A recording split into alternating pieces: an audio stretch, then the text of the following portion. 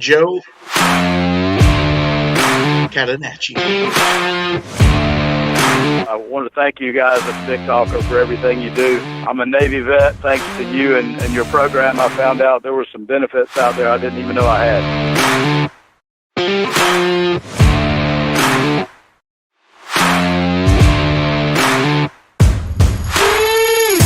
Joe, you're the best. I appreciate you. I sit out of my garage with the radio on, and I listen to you. It makes me feel good to be an American.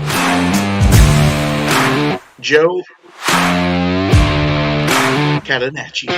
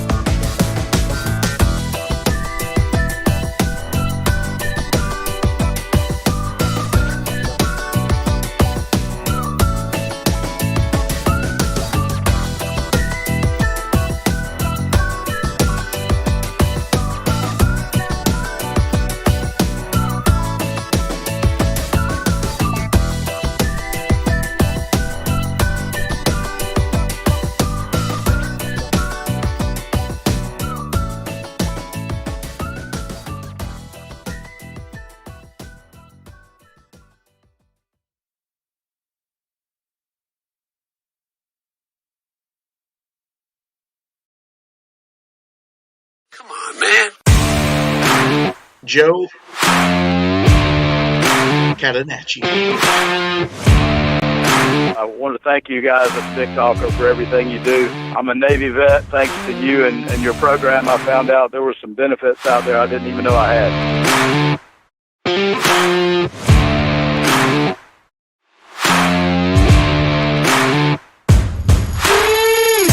Joe, you're the best. I appreciate you. I sit out of my garage with the radio on, and I listen to you. It makes me feel good to be an American.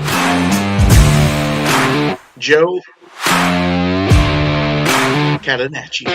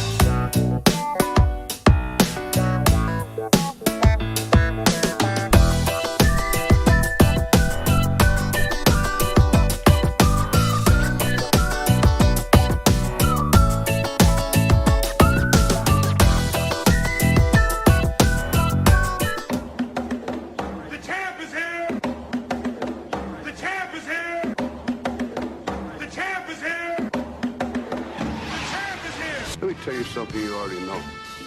The world ain't all sunshine and rainbows. It's a very mean and nasty place, and I don't care how tough you are, it will beat you to your knees and keep you there permanently if you let it. You, me, or nobody is gonna hit as hard as life. But it ain't about how hard you hit.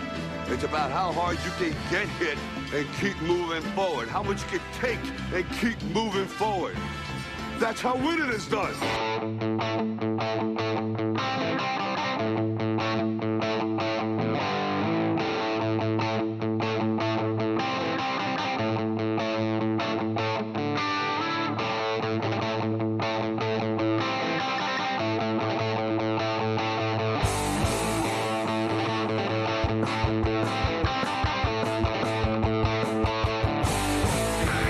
Good morning, Wilmington, North Carolina.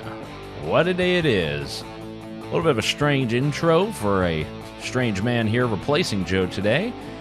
It's the Mornings with Joe Catenacci show here on the Big Talker, 106.7 FM.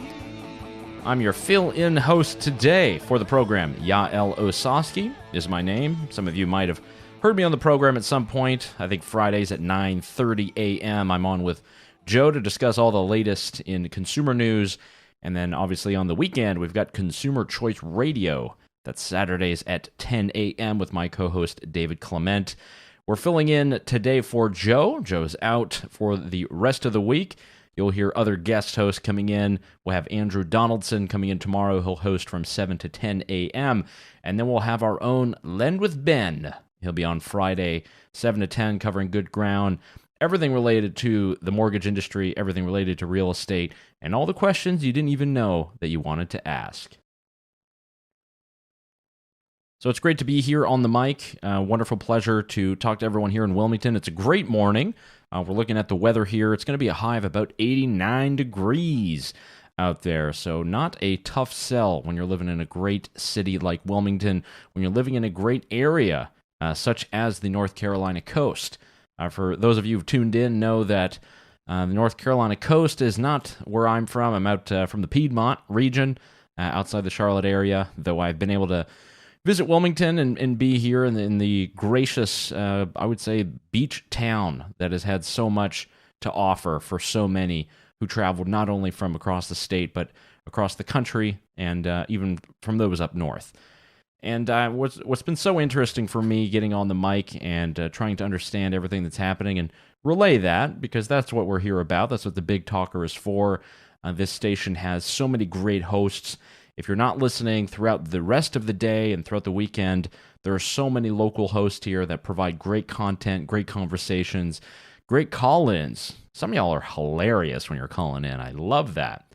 And we're going to continue with that tradition here. On today's program, I'll be here on the mic from 7 to 10 a.m. It's an early morning now, so those of you who are risers and shiners, getting in the car, going back to work, it's the new normal, so congratulations. I wanted to give you guys a little bit of a preview of what's in store for today. Today's going to be, we're going to go a little bit all over the place, but I want to start with some of the local hosts here in Wilmington, some of the programs that you might hear. So we'll be speaking with Marcley. He is the host of Recovering Hope. That's on Wednesdays tonight at 6 p.m. You can catch his program. We're going to talk all things addiction, recovery, and how the private sector and civil society are providing better answers to society's ills than governmental institutions and programs. So stick around with Mark. That'll be after the break, once we're able to come back from commercial. And after that, we'll be speaking with Lillian Beecroft. She is the host of Awaken to Greatness. That's on Saturdays at 11 a.m. here on the Big Talker 106.7 FM. She's talking a lot about community, about politics, and faith. And I think she brings a unique perspective. I think she's one of the youngest hosts here on the Big Talker mic. Really has some great conversations and some great guests. So that'll be our guest for the first hour. Second hour, we're going a bit heavy. We got a congressman on the line. We have U.S. Representative Dan Bishop of North Carolina's 9th District. He is, of course, a Republican coming from that part of the state. And we'll be able to talk about critical race theory, how it is impacting your kids' education, public education as a whole, and how Representative Bishop has a plan to try to defund any programs by the federal government that tries to implement critical race theory. So we'll talk about that. I think there'll be some interesting discussions afterward. Hope you guys are tuning in to either the stream or tuned in on your radio dial. As a reminder, we are streaming this out over on Facebook and YouTube, making sure that the word can get out and we can continue to promote the station, promote the Big Talker, and the Mornings with Joe Catenacci show. If you want to go back and listen to any previous shows of Joe's, you can just go to joecats.com. He's got all of his podcasts there. You can subscribe to that on your iPhone, your Android, or whatever device, strange other device you might have. We'll know there could be some dumb phones involved in there. Another thing we'll be talking to U.S. Representative Dan Bishop on is antitrust and big tech. Do you think that big tech has been censoring conservatives? Do you think they've stepped too far? Or do you think that the zealous government and the federal government is going too far in trying to mandate what companies can exist and what companies should exist in our current marketplace? Good conversation with U.S. Representative Dan Bishop. That's coming up in the second hour. He'll be on there, so keep tuning in. That'll be sometime after 8 o'clock. You'll be able to listen a lot there. And we have a contrarian voice coming on right after. We'll have Ashley Baker of the Committee for Justice. She is one of the smartest people that I know, very intuitive on all things justice-related, on all things law-related. And she provides a lot of updates on the antitrust case. She provides sort of the opposite view and also gives us some update on the Supreme Court, upcoming cases, confirmations, and everything you didn't know that you wanted to ask. So Ashley Baker from the Committee of Justice will be here. And then rounding out the program, we'll have my co-host David Clement of Consumer Choice Radio. And we're talking all things sports and what the future of sports might be in 2021 and 2022. I'm not the biggest sports guy. I'm only a big fan of NASCAR. It's been a great ride for Hendrick Motorsports the last couple of weeks. I mean, Kyle Larson has really been kicking it win after win after win. If you guys are interested, you know exactly what I'm talking about. If not, hey, you should tune in. This is a North Carolina sport. We are motorsports in this state, and it continues on. So, really interesting conversation with David. I think he knows a lot more about what's happening with sports, and he's got a bit of an international flair. He'll be coming to us from Canada. Obviously, hockey is in its playoffs now, looking at the Hurricanes, looking at all the teams up north, looking at the Islanders. I tell you, there's a lot of excitement that's happening. But I think what the most hilarious point is if you look at various teams and where they are due to the COVID restrictions, some stadiums and some arenas are sitting empty, no fans. But in many other parts of the country where vaccination drives are through the roof, we are back to normal. We do have sporting events. We had the Indianapolis 500 last month with 130,000 people in attendance. I think that was the largest single sports event that we've had in the last year. Really goes to show how far we've come. I know there are a lot of people who would like to have conversations about vaccines, but all you got to say is science works. It seems as if the scientific process that allowed these vaccines, the private companies that brought them to the market, have created a solution that government did not even need to be there for. So it's going to be an interesting talk with David. I think we're going to have some great conversations throughout the day. Hope you guys stay tuned here to the Big Talker. Again, Joe Catenacci, your usual host here on Mornings with Joe Catenacci, is out for the rest of the week. You've got me today from 7 to 10 a.m. You guys can always listen at BigTalkerFM.com. Tomorrow morning, you'll hear from Andrew Donaldson of Ordinary Times Magazine. And then we've got our own Lend with Ben coming on Friday. So I know they're going to have some great interviews, some great conversations. It'll be open phones for their show, so please do call in, interact, engage. Stay tuned to our Facebook page, to our YouTube channel as well, which is humming along. It's going to be a great morning here in Wilmington. Things are looking up. Beautiful day as always. The sun is out after some rain last night. But I got to tell you, I'm in good spirits. I think it's going to be a great morning. Stay tuned to the Big Talker 106.7 FM. We'll be right back after our first break.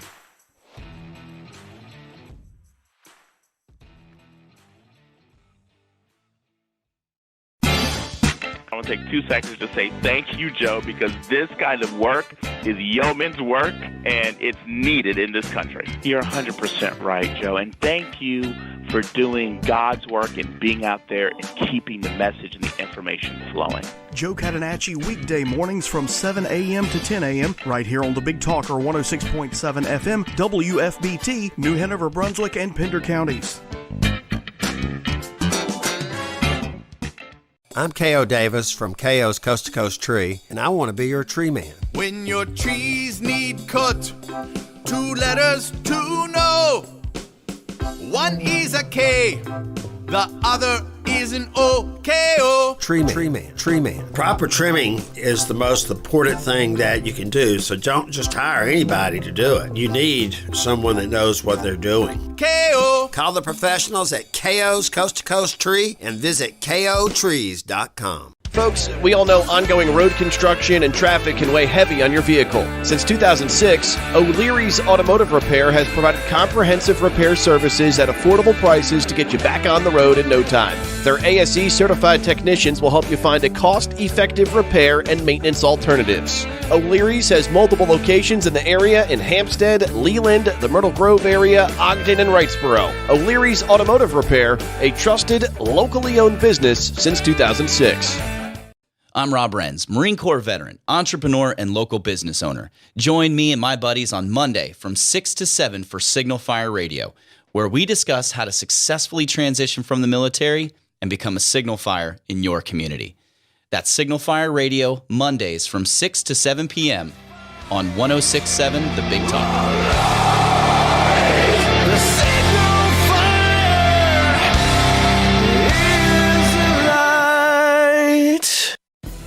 Hi, this is Justin Humphreys from the Humphreys Law Firm on Eastwood Road. The Humphreys Law Firm is located in Lumina Station, Wilmington, North Carolina, practices civil litigation, intellectual property, commercial, and residential real estate. Please give us a call at 910-332-0721 or visit us on our website, which is www.humphreysfirm.law. You can also listen to me every Thursday from 6 to 7 p.m. on the Big Talker 106.7 FM. This is Marcley, and I'm excited about a new program here on the Big Talker called Recovering Hope. Recovering Hope is all about recovery from drug and alcohol addiction. Drug addiction has impacted my family very hard, and I know that it knows no borders. We live in one of the most impacted cities in the nation when it comes to addiction. We'll be discussing many of the resources that are available in our region, and as the name of the show suggests, we need you to know there is hope for anyone that wants it. So please tune in Wednesday evenings from 6 to 7 right here on the Big Talker FM.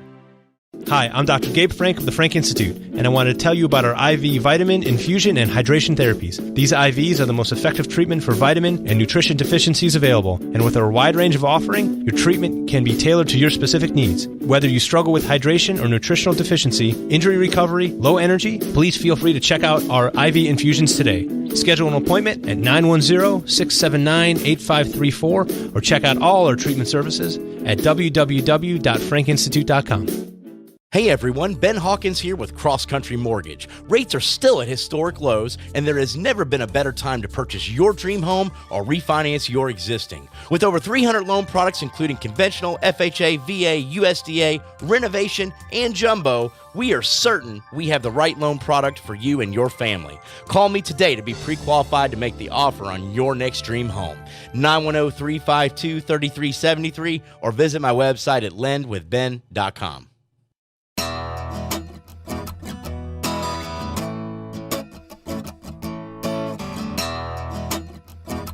And welcome back to Mornings with Joe Catenacci here on the Big Talker 106.7 FM. Yaël Ossowski filling in, and I'm very happy to be sharing the mic now with a fellow co-host here at the Big Talker station. We're speaking with Marcley. He's the host of Recovering Hope. He comes on to the microphone every single Wednesday at 7 p.m. Mark, thanks so much for coming on the morning program. You're welcome, Yael, but that would be Central Time. It's actually 6 p.m. Eastern Standard Time. Oh, you're right, 6 p.m. Sorry. Okay. There we go. I'm all over the place. So 6 p.m. Wednesdays, you can listen to Mark and Recovering Hope. I think, Mark, you have, I believe, a unique program for the station. A lot of people get into, political issues and topics. There's some debate. I think your show is one of the more interesting in that it's a lot about positivity, about people turning their lives around, about recovery, about ways to move forward. How would you best sort of explain it to the audience if you were to say what Recovering Hope is all about? Well, it's all about, as the title suggests, letting people know that there is hope for those struggling with addiction, and some have lost that hope, and so we'd like to perhaps recover that which has been lost. And I have known, and I have in the past 8+ months now, I've interviewed many people who have been decades before they finally got it right. As far as rehabs and detox and relapses, and I can't imagine how many people their very own blood that has given up on them, but yet that one more time did it. So the one most important message is, as long as there's breath in someone's lungs, there is hope for recovery. Part of my experience with one of my sons was what certainly seemed to be a hopeless case. He was so on the streets and so hooked, doing anything and everything he had to do to maintain his disease as it really is, which may be another discussion. And he is now running a thriving tree business here in Wilmington and doing very well at it. And he was my partner, well, he still is my partner, in a recovery residence for men. And I never, ever dreamed that he would be my partner in anything. Someone who, as with anybody that's an addict, I'm not trying to, just give my son these characteristics, but there was no trust. You could never leave any money around, anything of any value. Hid the car keys every night if he came home. And when we started this recovery residence called Prodigal Recovery, he'd be collecting over $1,000 cash rent every week, and it went right in the bank every single time. Wow. Yeah, that's definitely a story. And I know that on your show, you've highlighted many other successful stories of people who've been able to recover. And what I think is more interesting about this, just someone who is in civil society and understands sort of the network of charities and government regulation, is that what you offer, and so many other people you've highlighted on your show, is that these are market solutions. This is not the question of what we do about drugs, and with the government, it's only having to do with how hard do we make these penalties. It's actually about getting people out of that lifestyle and giving them a way out that is much better than a jail cell. Yeah, absolutely. And there are so many people, and I've been speaking to a few people that are either actively locked up or had just gotten released from a long sentence. And, when you think about it, man or a woman, they, in most cases, if they've committed a serious crime, perhaps even as serious as murder, but let's say drug dealing, maybe they got in a fight, they were most likely intoxicated with some kind of substance. They made a stupid mistake. And is it effective to then lock them up for perhaps 10, 20 years or more instead of addressing the problem? I'm not saying that there shouldn't be penalties for people who commit crimes, but I think it's something, and again, this is a whole other conversation or maybe a different program altogether, but the penal system just doesn't work, and it's unfortunate. And again, for that 1 minute or 10 minute or whatever it was that that took them to do that crime, it's unfortunate, and it is most likely because that person has a drug and or alcohol problem.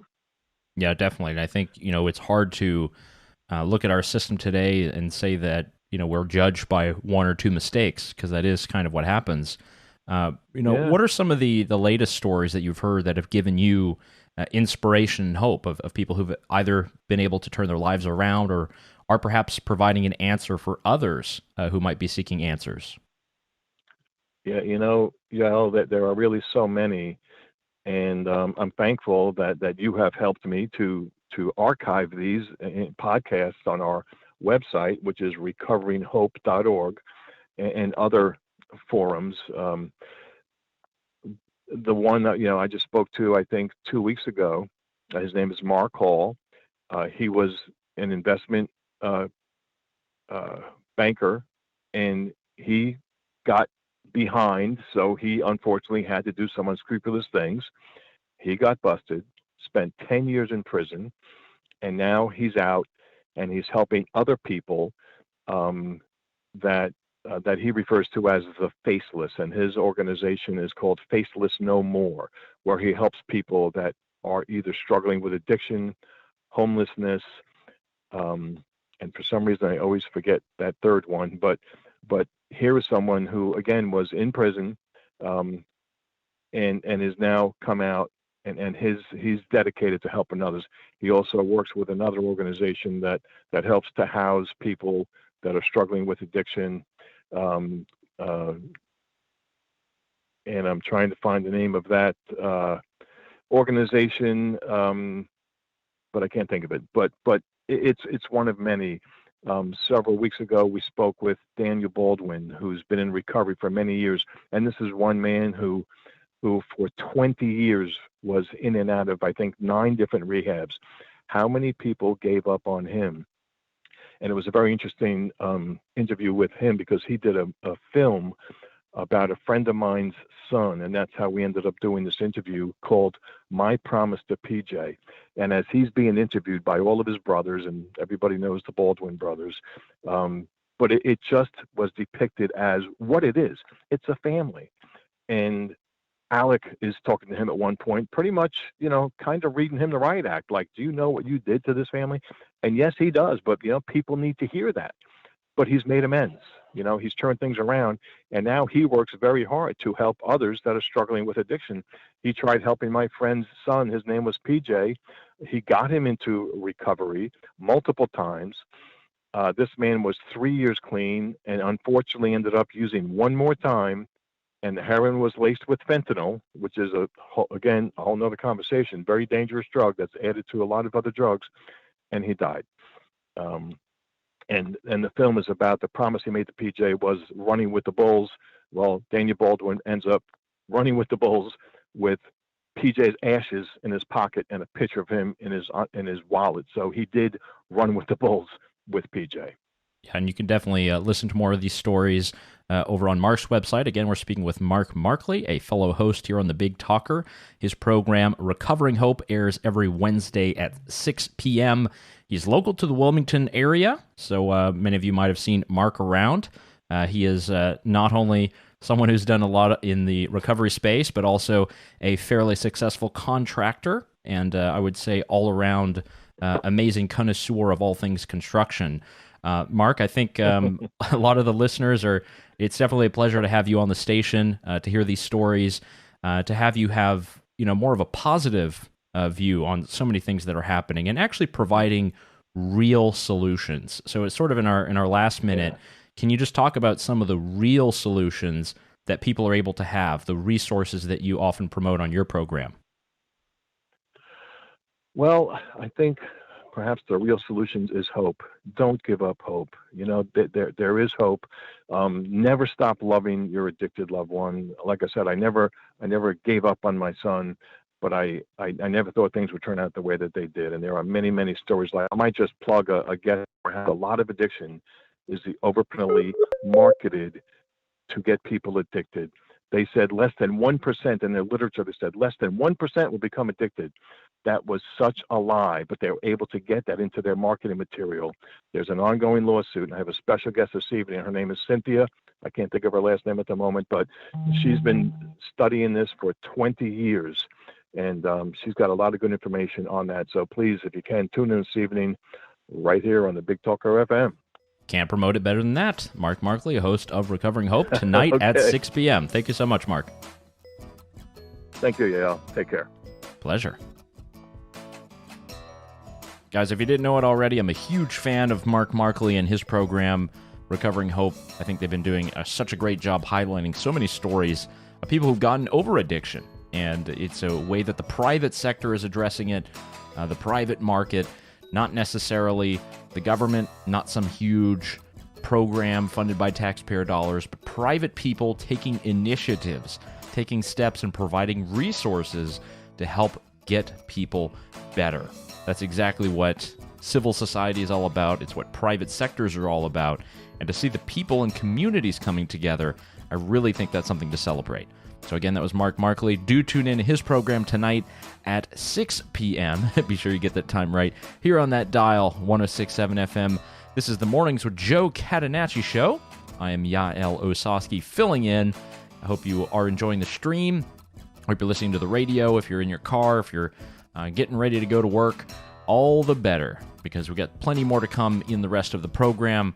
We'll be speaking with U.S. Representative Dan Bishop of the 9th District of North Carolina, Ashley Baker of the Committee for Justice, and later we'll talk to my radio colleague David Clement of Consumer Choice Radio. So stay tuned here in the morning in Wilmington, greatest city in the world, and the best and most entertaining Southeastern talk radio news station, the Big Talker FM.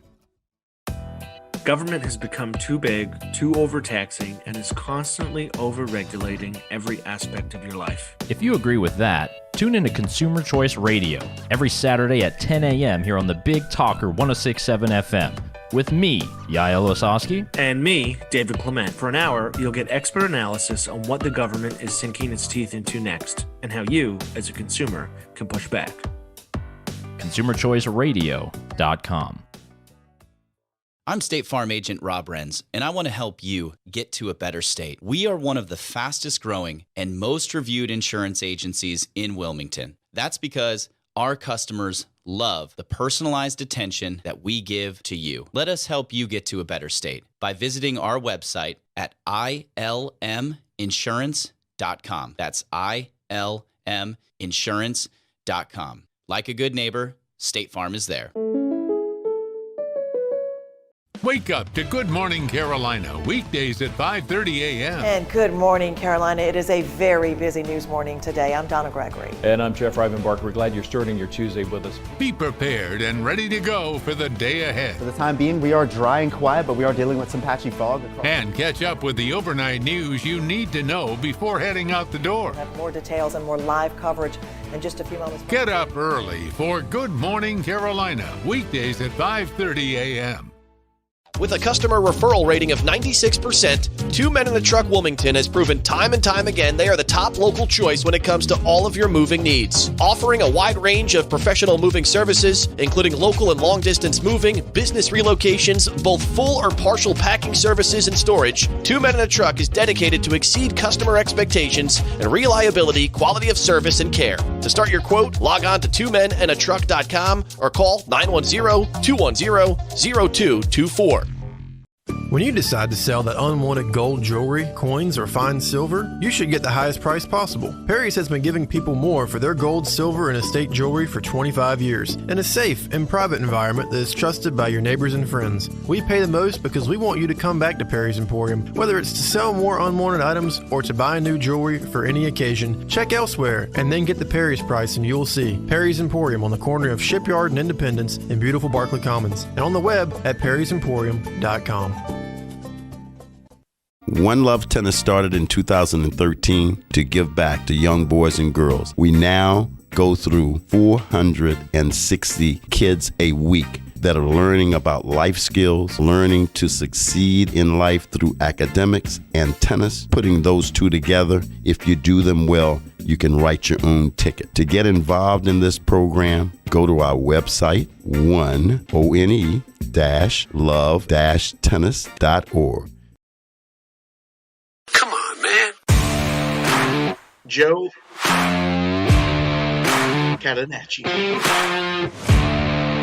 I want to thank you guys at Big Talker for everything you do. I'm a Navy vet. Thanks to you and your program, I found out there were some benefits out there I didn't even know I had.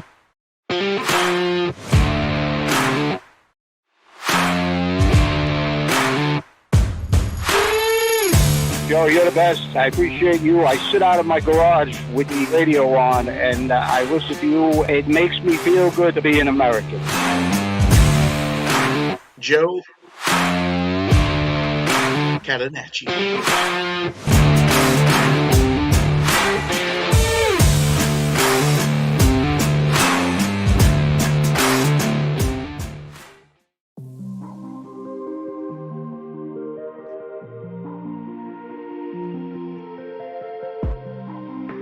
And welcome back to Mornings with Joe Catenacci here on the Big Talker 106.7 FM. I'm Yaël Ossowski, sub-hosting for today. It's been a great series of interviews, remarkable guests, and the next is also here to delight us. We're speaking with Lillian Beecroft. She is the host of Awaken to Greatness. And any of you listeners here on the Big Talker have heard her not just on her program, but many other programs as well.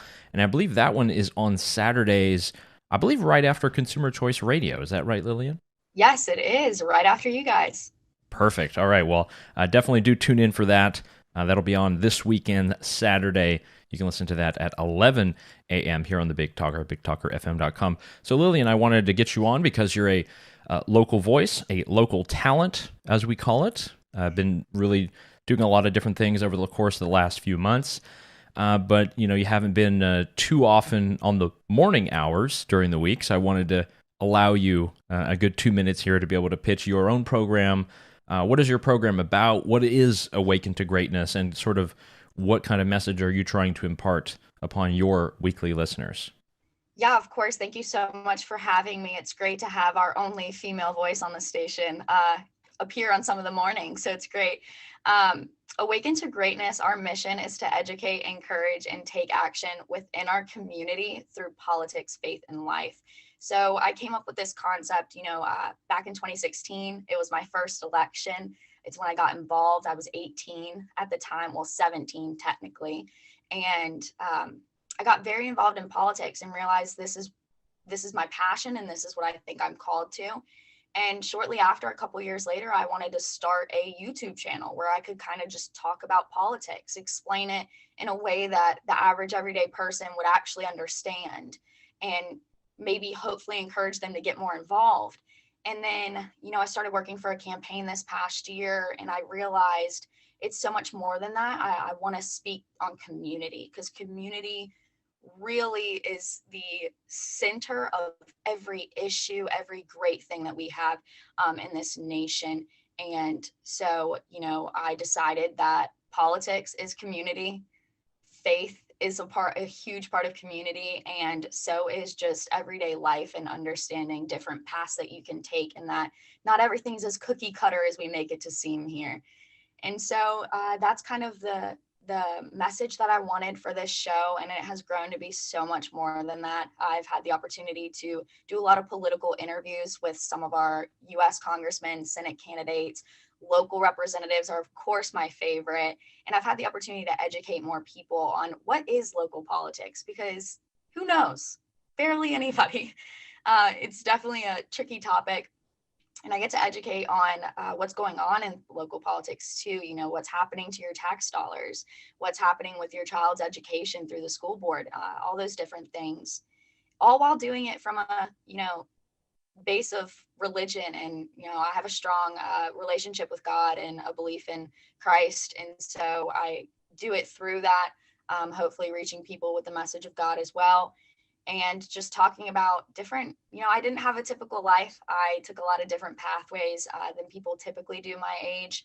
And so kind of speaking on those and showing people, you have a lot of different opportunities. It's not just go to school, go to college, work a job, retire. There's a lot more to life than that. So that's just kind of the summed up version of it. Yeah, and I know that, you're someone who's very active in the community and have a very good grasp of local politics. I listened to some of your previous interviews that you had with various representatives from around North Carolina and the area, and I thought that was great because also it's not, a typical mainstream media news interview in that you're looking for a gotcha. You're really trying to get to someone's soul of public service about the ideas and the philosophies that they have. So I have one question. I don't mean to pigeonhole you, but I'm assuming that you're a Zoomer, you're a Generation Z. I am. I think my maturity is not, but my age is, yes. I would agree there. So perhaps you can be a little bit of translator for the audience of Generation Z. What has it been like, sort of as a younger person who's very idyllic, who is very confident, who has taken the time to research ideas and philosophies? What is the sort of reaction to you when you do enter into the local political scene? Is there a lot of hostility? Are there open arms? Are people skeptical? Or are they very willing to hear you out? I think that must be interesting as a sort of young political activist, if you can call yourself that. Yeah, of course. I think I can take that title here, and I won't deny it. But honestly, in Brunswick County, a lot of people know this, but a lot of people don't know this. Brunswick County we're very red, very Republican, very conservative, and a very tight-knit community. Most people actually grow up here from birth and stay here. I jumped in the middle of the mix. I moved here in about 8th grade. I started getting involved in local politics now 3 years ago. So I was 20 years old when I started attending these meetings. And honestly, it was open arms, mostly. Everybody was excited to have a young person want to get involved in Brunswick County. And they definitely immediately approached me about helping them to reach more young people in our area. You know, the desire is there to get the young people involved. It may not seem like it on the surface level for a lot of the Republican Party, but I'm telling you, it is welcomed. It is encouraged. You are going to have a few people that are skeptical, as I am Gen Z. So first off, they think, oh, progressive coming in to change things up. But I'm truly a conservative in the sense of I think we need to hold our traditional values so strong and set that as our foundation. But that doesn't mean that we can't develop to be more geared towards what is today, you know, more social media, more involvement in the community at every level with every aspect. And so, you know, of course, I'm approached with a little bit of skepticism here and there, but for the most part, everybody welcomes me, has accepted me, has even given me opportunity for leadership in our party. So I do serve as secretary for the Republican Women, and I'm on the executive committee for the Brunswick GOP, and a ton of different titles too. So it's great. Wonderful. We're speaking with Lillian Beecroft. She's the host of Awaken to Greatness here on the Big Talker 106.7 FM every Saturday at 11. You can also subscribe to the podcast version of her program on Spotify and Google Podcasts, and I'm sure plenty of other outlets. Lillian, the question that I had as well is, since you're coming into this, you have a lot of fire, a lot of energy. Are there various issues that you think younger conservatives perhaps don't feel as fired up about as older conservatives, or there are some things that you believe younger conservatives embrace that the older conservatives might not, something that might be heterodox or just something that is conventional wisdom now but perhaps didn't used to be? I'm wondering if there's any of these type of cleavages that you've noticed. Of course. I mean, two things immediately come to mind. The first is young people and the economy. a lot of people my age don't necessarily understand how money works, and they don't understand how government works. So the economy kind of tied in with the Constitution and our government structure. We think we know, but many of us do not actually know. We only know what we were taught in school, and that was not very much. Civics was not the best course I took in my life.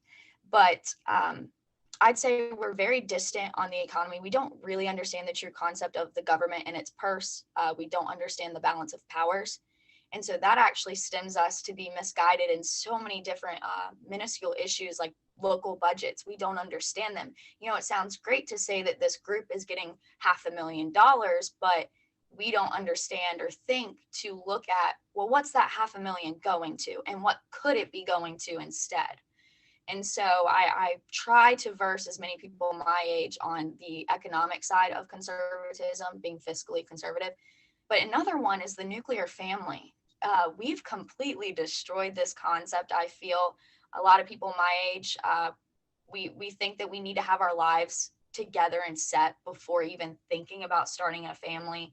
And this already causes a divide in the way that we're going to raise our households. And I believe that the way that we raise our kids helps to create who they're going to be when they grow up and what they can accept and what they can learn. And so if we don't have that strong foundation of being raised the proper way with a nuclear family, with a caring mother and father in the home, then it's going to cause us to be misguided on so many issues in our future. And so those are the two biggest things I would say I've noticed is a disconnect between the older generation and conservatism and the younger generations. And maybe I'm outing myself as, you know, the libertarian on the Big Talker, but I'm wondering, you know, what is the kind of relationship to today's conservative movement and broader social conservatism? Is that something that is at its core of the party and something that should be practiced and openly put into law? Is it something that's practiced at home? What should be sort of the impact of law and social conservative ideas? Yes, of course. So I'm obviously strong conservative, so I don't believe in overregulation by any means. I believe in freedom, and that includes freedom of belief in every aspect of life. And so there are certain issues that I think we could say don't necessarily need to be legislated. They just need to be more widespread through our communities. That's why I take a focus on community. A lot of these issues could be solved outside of politics, which is the amazing thing about the world we're in. However, I will say there are issues that are social and are going up into the legislature that are causing great divide between the two parties. And so my stance on that is that we shouldn't be legislating to not allow people to believe what they want. You know, I know there's a lot of conservatives that may not agree with certain social issues. However, they would never demean a person, and they truly do love them, because we're called to love everybody. But you can love people without agreeing with the actions that they're doing, and let them live their life. Let them be free and live their life. But just as you're able to live your life, I should be able to live mine with my beliefs. Very positive end note there. That's Lillian Beecroft. She's the host of Awaken to Greatness here on The Big Talker. You can listen to her program every single Saturday at 11 a.m. Lillian, thank you so much for your time. Of course. Thank you for having me. I tell y'all, there's plenty of positivity this morning in the studio. Mornings with Joe Catenacci. I'm Yaël Ossowski, filling in this morning from 7 to 10 a.m. Stay tuned to The Big Talker, 106.7. We got plenty more to come. Great stuff. And we're looking here at the weather gauge. Looks like it's going to be a high of 89 degrees out here in Wilmington. I tell you guys, it's paradise out here. So keep enjoying it. Stay tuned. We'll be right back here on The Big Talker.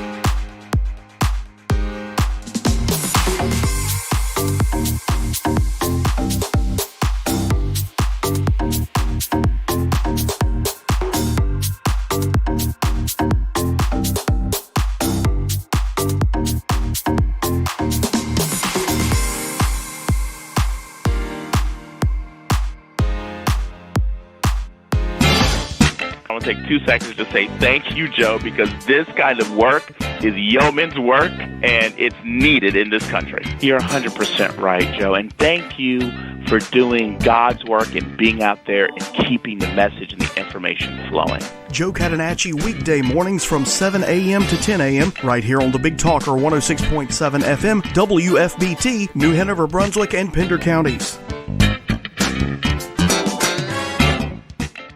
As Wilmington's leader in restorative and regenerative medicine, the Frank Institute specializes in health optimization. Simply put, we use in-depth evaluations and lab testing to determine the best treatments for each patient. So whether you're suffering from an unseen hormonal imbalance or a simple vitamin deficiency, the Frank Institute is ready to get you back to better living. Call us at 910-679-8534 or fill out our symptom survey online at frankinstitute.com.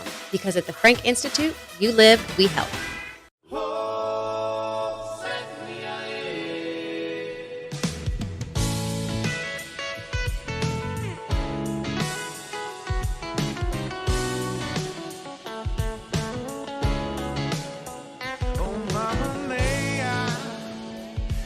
Say I got to go. There's this place down by the coast. Oh yeah, there is a place down by the coast, and its name is Wilmington, North Carolina. That's where we're broadcasting from this morning. Welcome back to the Mornings with Joe Catenacci show. I'm Yaël Ossowski, filling in for today throughout the entire program. The band you're hearing is a North Carolina favorite outside of the Charlotte area, known as Late Night Special. They've been doing a lot of shows around the country lately. Figured we'd give some North Carolina love, hear some local music here on Wilmington's Big Talker 106.7. So I gave a little local spin here on the first portion of the hour. We had Marcley on, we had Lillian Beecroft. I think it's a good amount of information from all sides. They definitely bring different perspectives and some great Big Talker hosts to present throughout the week. So we've got some heavier political topics that we'll delve to in hour 2 and 3. I know that you guys are slowly getting into your work days here. Some of you are just about to punch in or having to leave the house, or if you're still, God forbid, having to work at home, you've already logged in by now and you got this playing over the radio. So congratulations to you. I think you're doing a great job. Let's look at some of the headlines here. We're looking at some of our local outlets here. We got the Port City Daily. A lot of stuff about the film incentives and how it's booming Wilmington businesses. That would be great to see. I do remember an era. I was working as a newspaper reporter in Gastonia, North Carolina, just outside the Charlotte area as well, and writing about just the success that Wilmington was having in terms of being a kind of little Hollywood. It was very interesting to see at the time because you don't really think that in North Carolina, but there's a lot of people who have tuned in to shows like Dawson's Creek, One Tree Hill, and they've all fallen in love with North Carolina, and sometimes they don't even know it. And also, let's not forget all of the Nicholas Sparks movies. Maybe you're not the biggest fan, but hey, your wife might be or your girlfriend might be, so sometimes you just got to leave it on Netflix, keep it playing, see how the night takes you away. So there's a couple headlines there on the Port City Daily. I wanted to do something a bit interesting here to close out the hour before we go in for our news break. Have you guys heard of Jon Stewart? Do you remember this guy? Jon Stewart, if you guys remember, comedian on television, was on Comedy Central. The Daily Show was his property. It was a different era, I would say, of political comedy. No doubt there's a lot that poked fun at Republicans and conservatives, but it seemed somewhat even-handed. Punches were given left and right. Still some very funny segments, and it launched the careers of plenty of comedians and satirists and humorists that we continue to listen to. So I really loved The Daily Show growing up, watched a lot of it when I was in college, a lot of it when I was in high school, thought it was great, some things not so great. And Jon Stewart, it's been a while since we've heard from him. There's a lot of people who've taken on. Trevor Noah has taken on the flagship show that Jon Stewart led for many years. And after a while, you start to think, I miss this guy. And I got to tell you, folks, there's a clip that played from the Late Night with Stephen Colbert show. Stephen Colbert himself, an alumnus of The Daily Show, and Jon Stewart. And they're talking about the Chinese Communist Party, the coronavirus, and the origin story in Wuhan, China.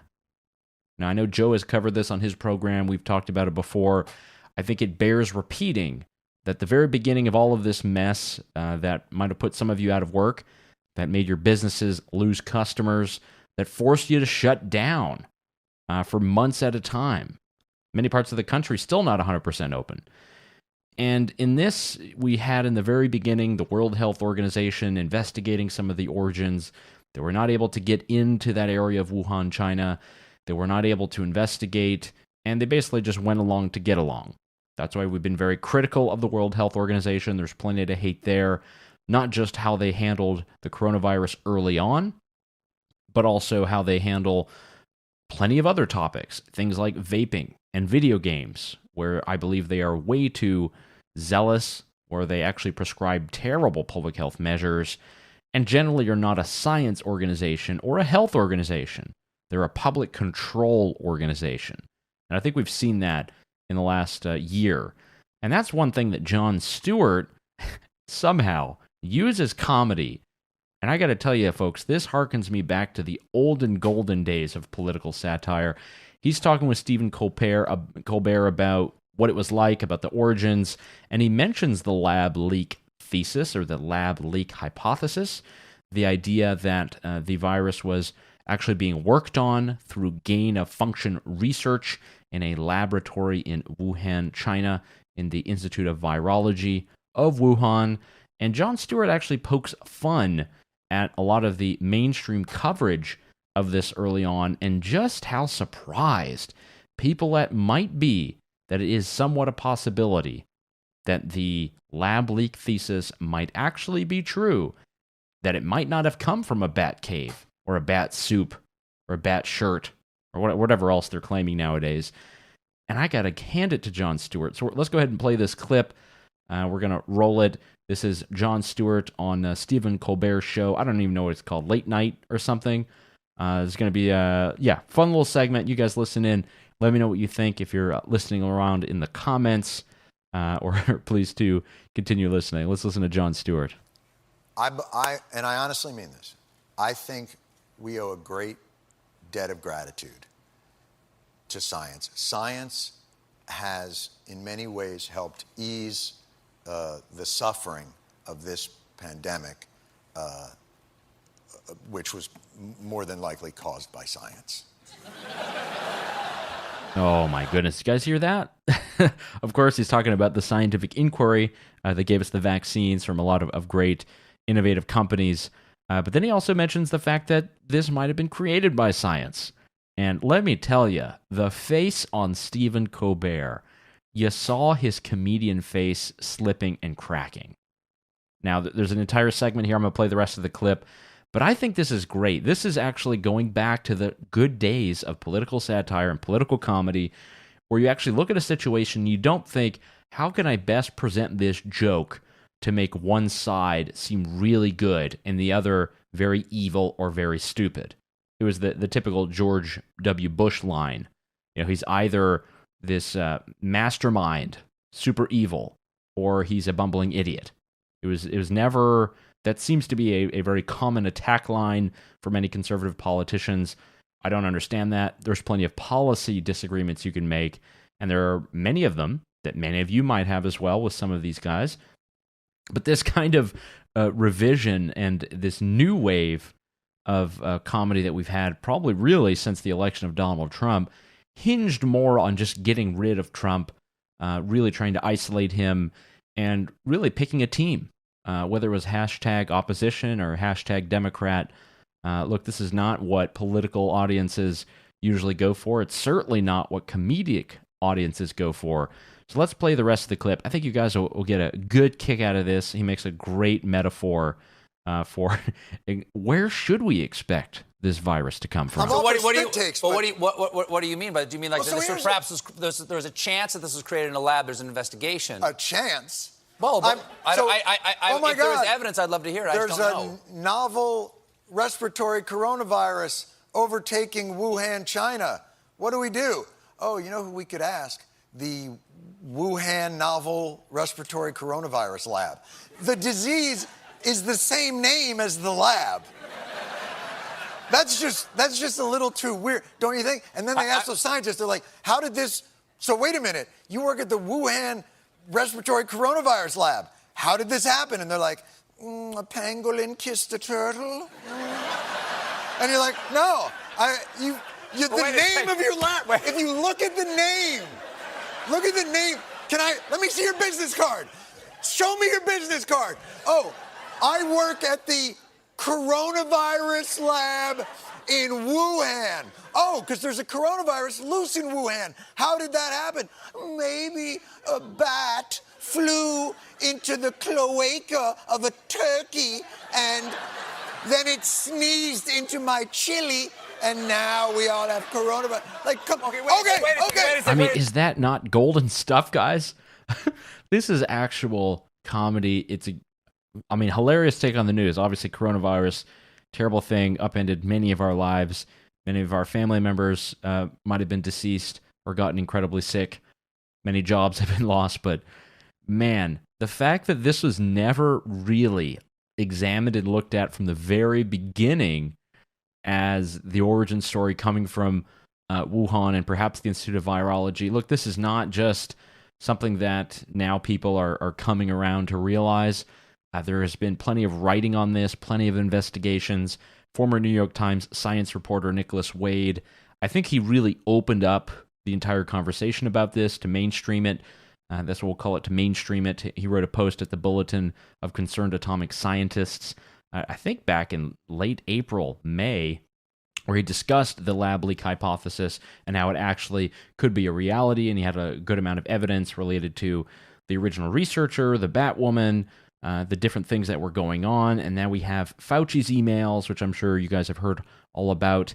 But, that just the fact that it takes Jon Stewart, a guy who has been missing from television for, I guess, a decade. Am I wrong? I guess I'm feeling pretty old right now. To come on and discuss the lab leak hypothesis, to finally get Stephen Colbert to crack, his political persona, really, because it's not a comedic persona. He hasn't really been doing comedy. None of these late night shows have been doing comedy. If any of them are funny to you, please let me know. Maybe Jimmy Fallon, at sometimes. Conan O'Brien is not doing the regular late night show, but he was definitely my favorite. But let's listen to the rest of this, because you can just hear in Stephen Colbert's voice, he's actually coming to the terms of, perhaps I've been thinking like an ideologue and not like a comedian. And I think I might have been wrong. What about this? What about this? Listen to this. Wait a second. All right. John. Oh, my God. Oh, my God.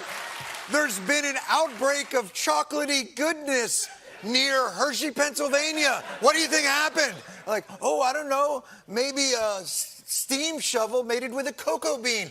Or it's the chocolate factory. Maybe that's it. That could be. That could be. All right, I left some of the hoops and hollers in there for you because I knew you'd like that.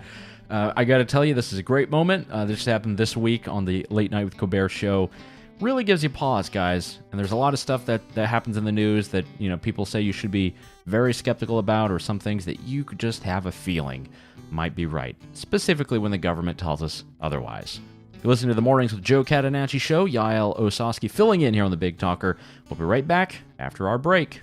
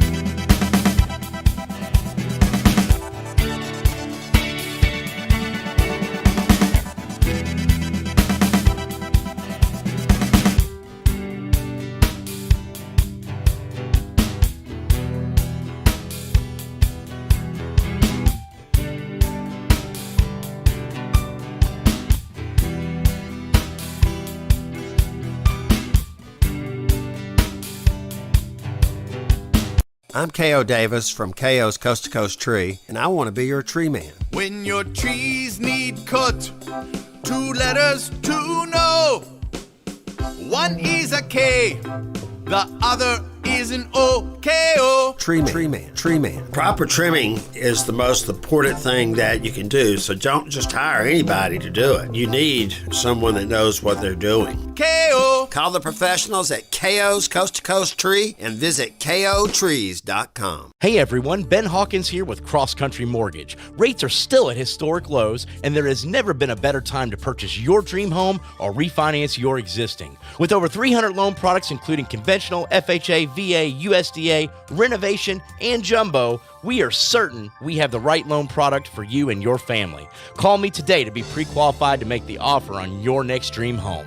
910-352-3373 or visit my website at lendwithben.com.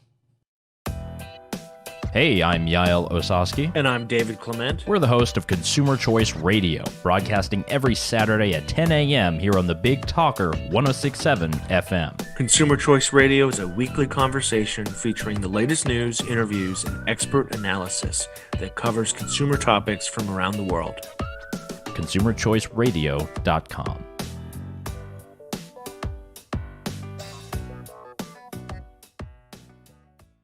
We interrupt to bring you this horrible news. Experts say we'll see larger numbers and different breeds of mosquitoes to wreak havoc on your backyard, making this year one of the worst. Anopheles and Culex rati mosquito. Yeah. Experts also say there is only one defense against this onslaught. Call the Bugman from Bugno Pest Control. That's Mr. Bugno to you, pal. Bugno Pest Control's mosquito-killing formula keeps your yard bug-free. Call Bugno Pest Control, 910-367-2501, or visit BugnoPestControl.com. Take back your yard.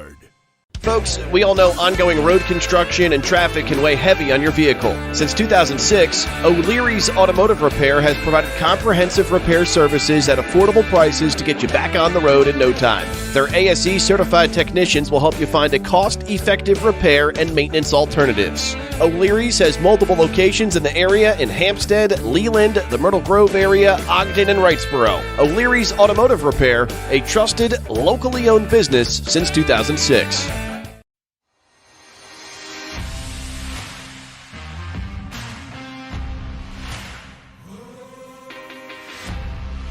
Hey, good morning, Wilmington. Hour 2 here. Mornings of Joe Catenacci Show. Yaël Ossowski filling in. You normally hear me on Consumer Choice Radio Saturdays at 10 and sometimes weekly with Joe, Fridays at 9:30. And I'm here as your fill-in host for today. And then we'll have some great fill-in hosts the rest of the week. Andrew Donaldson on Thursday. Lend with Ben on Friday. So plenty to get into there. It's going to be an action-packed hour. We've got U.S. Representative Dan Bishop coming on. He's from North Carolina's 9th Congressional District. Fairly new member up there in D.C. He's been around a little bit of the political game in North Carolina, county commissioner over there in Mecklenburg County, state senator, state representative up there in Raleigh, and now he's mixing it up in Washington, D.C. He'll give us some insight on some of the critical race theory debate that I mentioned in the very beginning. He's got some interesting bills related to that and whether the federal government should tolerate it, pay for it, or accept it. So very interesting conversation there. And we'll talk about antitrust as well, big tech, the big firms, social media, and what actions the government should or should not take. And we'll cover those topics as well with Ashley Baker after that. So as I mentioned earlier on, we had a great segment there with Jon Stewart and Stephen Colbert discussing, I guess through comedy, the lab leak hypothesis. And it leads us a lot. I'm coming more from a media criticism angle and have been for some time. So in my past life, I'm a recovering journalist, having been a reporter over there at the Gaston Gazette in Gastonia, North Carolina, outside of Charlotte, having worked in television, radio, north of the border, and been an investigative reporter in Florida, and have contributed to a couple publications throughout the country, throughout the world, written a good amount for the Charlotte Observer over there in Charlotte, North Carolina. And to see a lot of things happening, specifically, let's look up the headlines, Washington Post. We're looking at Putin. This is the headline here. Putin swaggers towards summit with Biden as an old hand in duels with the West. This relates to the upcoming meeting. I have no idea exactly when it is, but the upcoming meeting between Biden and Vladimir Putin, who is the president/dictator of Russia. We heard plenty about Putin in the last 5 years, wouldn't you say?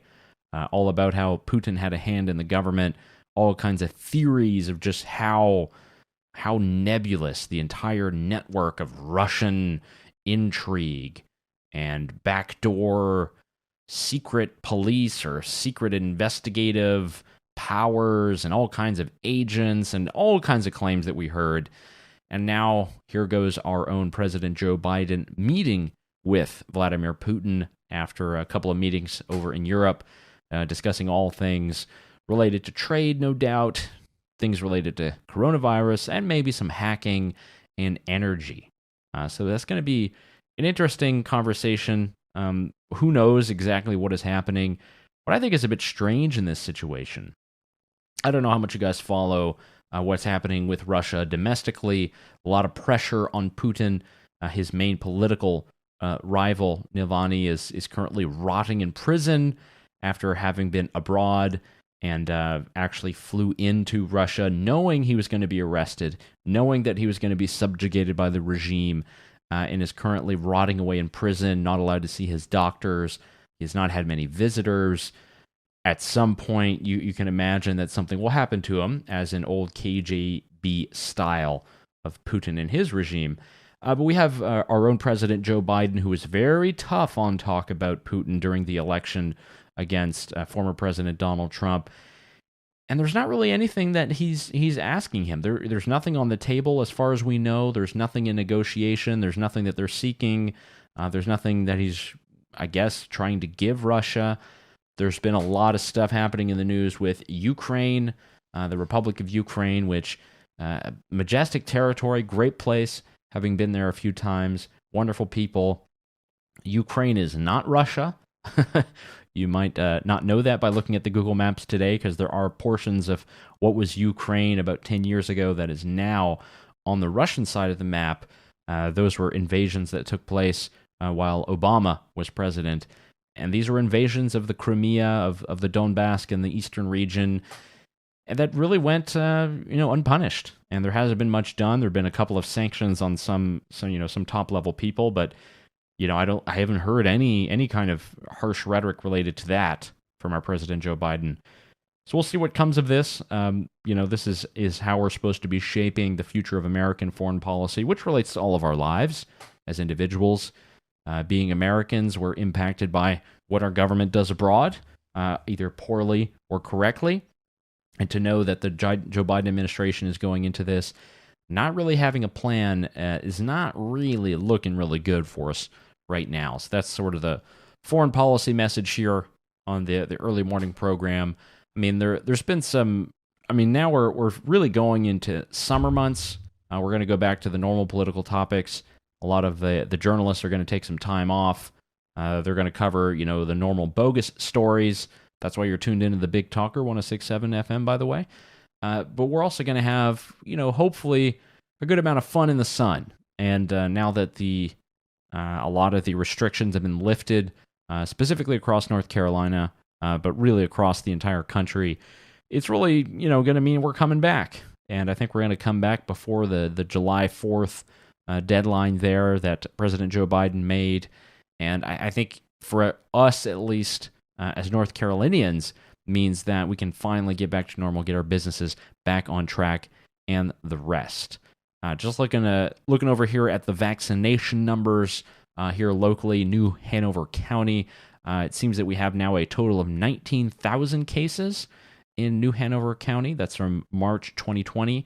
Death toll at 174. Fairly small compared to many other counties in North Carolina, specifically Wake County, Mecklenburg, a good amount out west as well. So New Hanover doing a lot better now with vaccinations.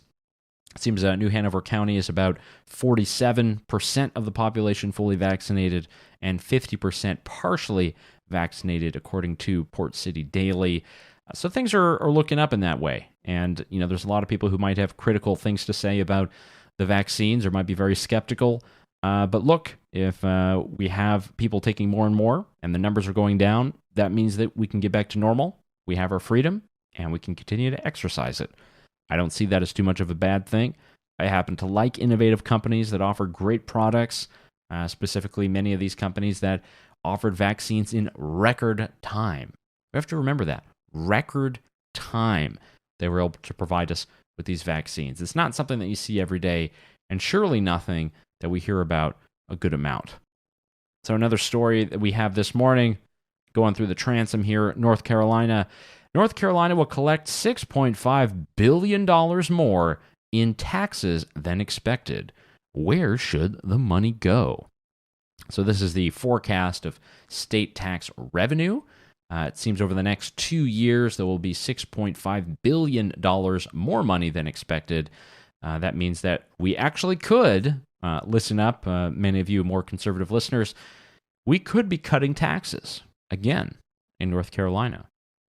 Not necessarily something that the Democratic Governor Roy Cooper would support wholeheartedly, but something that the Republican-led General Assembly will definitely look at.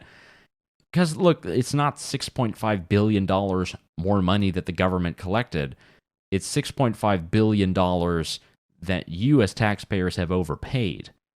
So, of course, that money should be returned to the citizens. It should be returned to the taxpayers.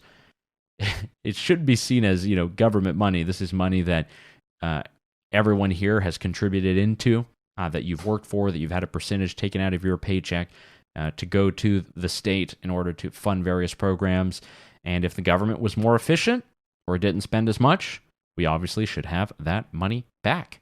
That's an article from the Charlotte Observer. Who knows if that money will go over to the rainy day fund. Definitely something that is a big deal here in Wilmington and for many of the coastal areas whenever we have large storms, natural disasters. These are things that are always very helpful to have, but actually North Carolina is in a very good fiscal position so far, doing very, very well. I mean, could you imagine these guys out there in California and New York? There's no question why many of them are actually making the trip out east to come in and enjoy our fair mountains, our fair shores, and I guess our fair tax rates and our government spending. Could well be.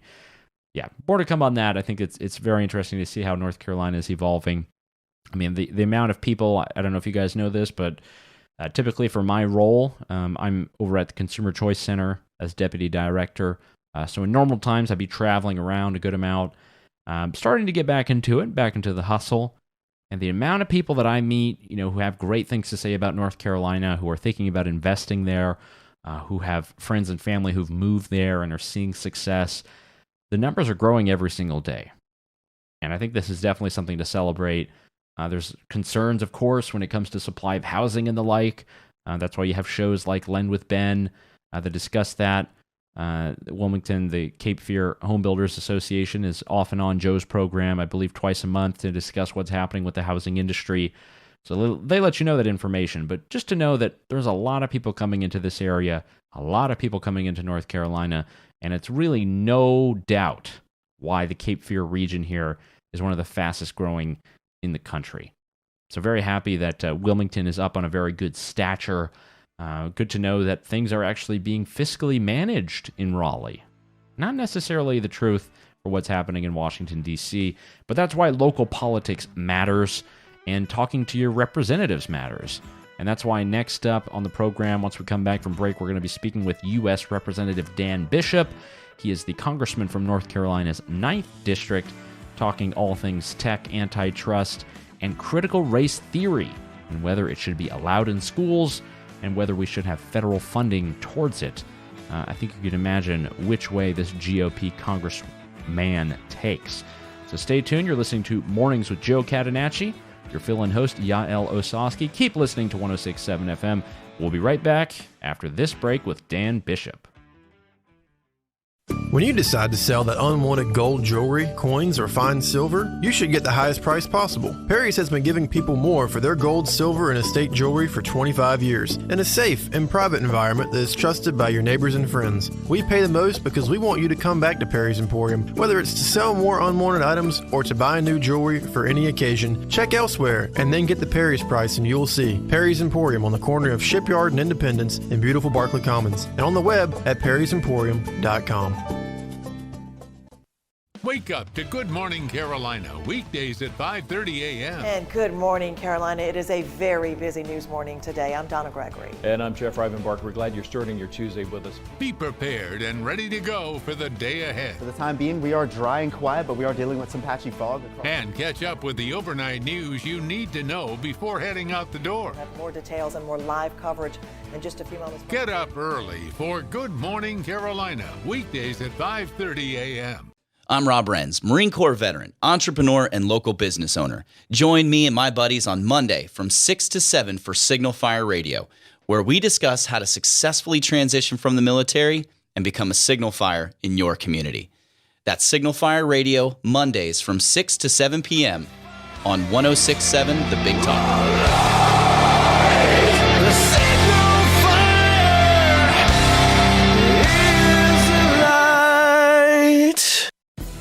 Hi, this is Justin Humphreys from the Humphreys Law Firm on Eastwood Road. The Humphreys Law Firm is located in Lumina Station, Wilmington, North Carolina, practices civil litigation, intellectual property, commercial, and residential real estate. Please give us a call at 910-332-0721 or visit us on our website, which is www.humphreysfirm.law. You can also listen to me every Thursday from 6 to 7 p.m. on the Big Talker 106.7 FM. Hey everyone, Ben Hawkins here with Cross Country Mortgage. Rates are still at historic lows, and there has never been a better time to purchase your dream home or refinance your existing. With over 300 loan products including conventional, FHA, VA, USDA, renovation, and jumbo, we are certain we have the right loan product for you and your family. Call me today to be pre-qualified to make the offer on your next dream home. 910-352-3373 or visit my website at lendwithben.com.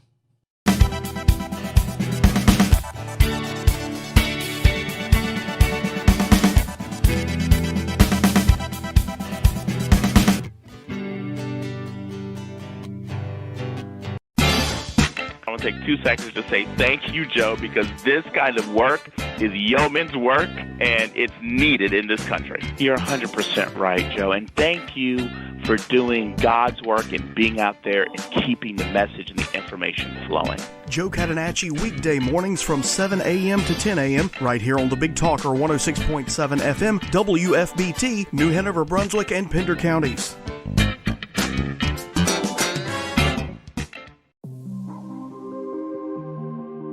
Welcome back to the Mornings with Joe Catenacci. So here on the Big Talker 106.7 FM, broadcasting out of Wilmington, North Carolina, every single morning, 7 to 10 a.m. It is my unique pleasure this morning to welcome our U.S. Representative, Dan Bishop, of the 9th District of our great state of North Carolina. He is formerly a state senator, state representative, and Mecklenburg County Commissioner. So you know someone who knows all the different machineries of government. Representative Bishop, thanks so much for coming on the program. Glad to be with you, Yael. So one thing that we wanted to get on, you were someone who made national headlines in drawing attention to the teaching of critical race theory in our public schools. And specifically, you have a bill that you have introduced to fully defund critical race theory. This is something that was done last month, called the Stop CRT Act, and also the Combating Racist Training in the Military Act, which would ban federal funds from being used to promote and teach critical race theory.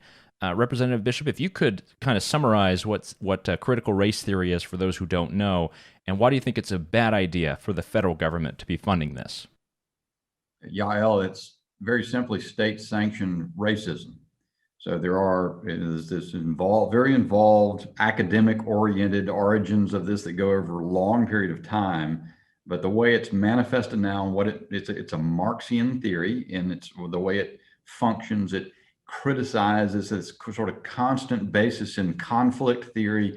It seeks to foment conflict. In this case, usually along racial lines, but along it can be gender, sexuality, a whole bunch of ways in which intersectionality is defined, different ways of breaking us into groups and developing animosity among ourselves. The idea is that there are oppressor groups, or really the most profound oppressor group is, I guess, straight white males, and everybody else is in some sense oppressed systemically, even regardless of whether there's evidence of that. That's the core, the heart of CRT. And one other thing is that those who advocate this at some level urge compensating discrimination. So you discriminate in favor of the oppressed group in order to give them some sort of vindication against the oppressor group, whatever that may be. That's the idea. And it is it is a poisonous ideology. It is fundamentally contrary to the foundational constitutional principles as they've come to be interpreted and understood over time in our United States. And this stuff is infusing. It is everywhere in academia, federal government, state government, big companies, and finally, and most disturbingly of all, it is infusing K-12 education. That's where it really has kind of gotten to be that it sounded the alarm. That's what CRT is. Now, there's an author over there at Columbia University, John McWhorter. He actually calls it neo-racism. So I don't know if it's a good term. He's got a new book coming out just about that. And one particular part that you mentioned in the bill and some of your press releases on the topic, you discuss how much this is impacting education. Do you think, in this sense, if we do see further teaching of critical race theory in schools, it will be an even bigger argument, perhaps, for people to embrace things like school choice? I think that's a great idea. There's a great advocate for school choice, Heather Corey DeAngelis, who made the point just over the weekend to me that in addition to my approach about defunding, stripping federal funds from any entity that would teach or advance this anti-constitutional notion, that another add-on to that would be appropriate is those funds ought to be redirected whenever there's a defunding of the operation of that law. If it should pass, the funds then ought to be redirected to follow the student. The parent ought to be able to choose where to go. And I do think that it is, schools public schools are borrowing tremendous amounts of trouble. And let me say this, Yael, I think the most encouraging, we see a lot of, you talk about my bills, the Trump administration worked to do some stuff. We see action in state legislatures, including in North Carolina, to respond to this. But I'll tell you what's most encouraging to me about how we're responding, the American people are responding to this critical race theory nastiness is parents, moms and dads, showing up in woke school board meetings across the country, or the meetings of woke school boards, and letting them have it. Fairfax County, Virginia, Ladue County, Virginia, and so forth. That's where this will get solved. Is ordinary Americans saying this is so awful. This is nothing like what we envision this country being. You're listening to Mornings with Joe Catenacci. Yaël Ossowski filling in here on the Big Talker, 106.7 FM. We're speaking with Congressman Dan Bishop of the 9th District of our great state of North Carolina. Representative Bishop, another issue that is coming across your congressional desk, I see all the papers stacked up in the back, has to do with regulations around big tech, questions of antitrust. And I know for a lot of people, a lot of this delves into a lot of legal topics that I know you could use your legal training to try to decipher.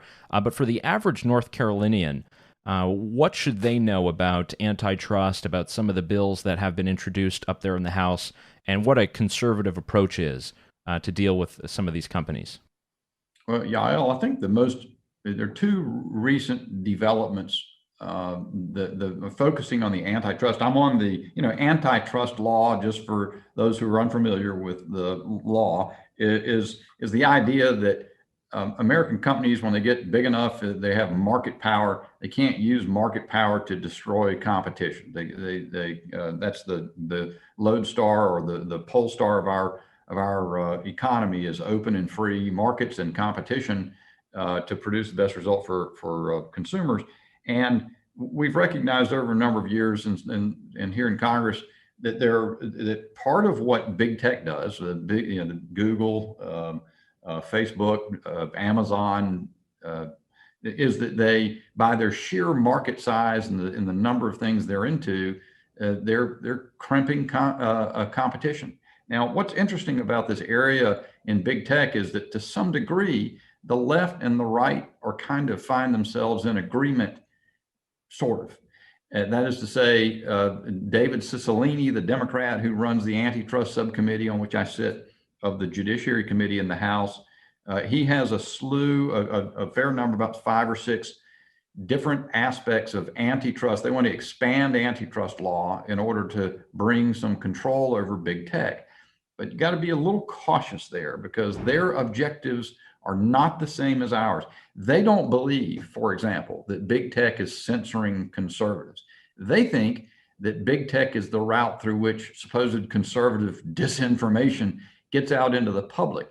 And they want to make sure they want to expand antitrust, or we believe they want to expand antitrust in ways that may help the left control the internet more, and clamp down even more on conservative thought and speech. So you got to be careful how you go about it. There, as I say, there's some of these, there are different techniques or different mechanisms of antitrust law changes that have been proposed.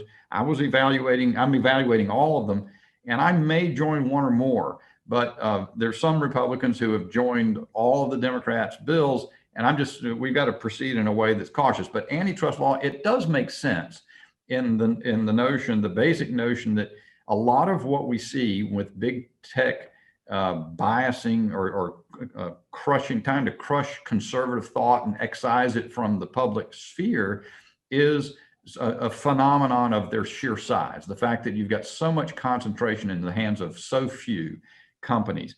And I think, so we're looking at that. But then there's another area here, Yael, that's been out there, and just as these things are happening sort of at the same time, I joined Congressman Jim Jordan, from ranking member on the Judiciary Committee from Ohio, and a number of Judiciary Republicans just Friday to reintroduce a bill that would make significant changes to what's called Section 230 of the Communications Decency Act. People have heard a lot about 230 if they're paying attention. Section 230, it is what grants the big platforms immunity from certain types of liability when they operate these big networks like Twitter and so forth. But because this immunity has been so broadly drafted and so broadly interpreted by courts, it has granted license to Twitter and Facebook in particular to harm, to clamp down on conservative thought. Just as one example, Facebook decided that it was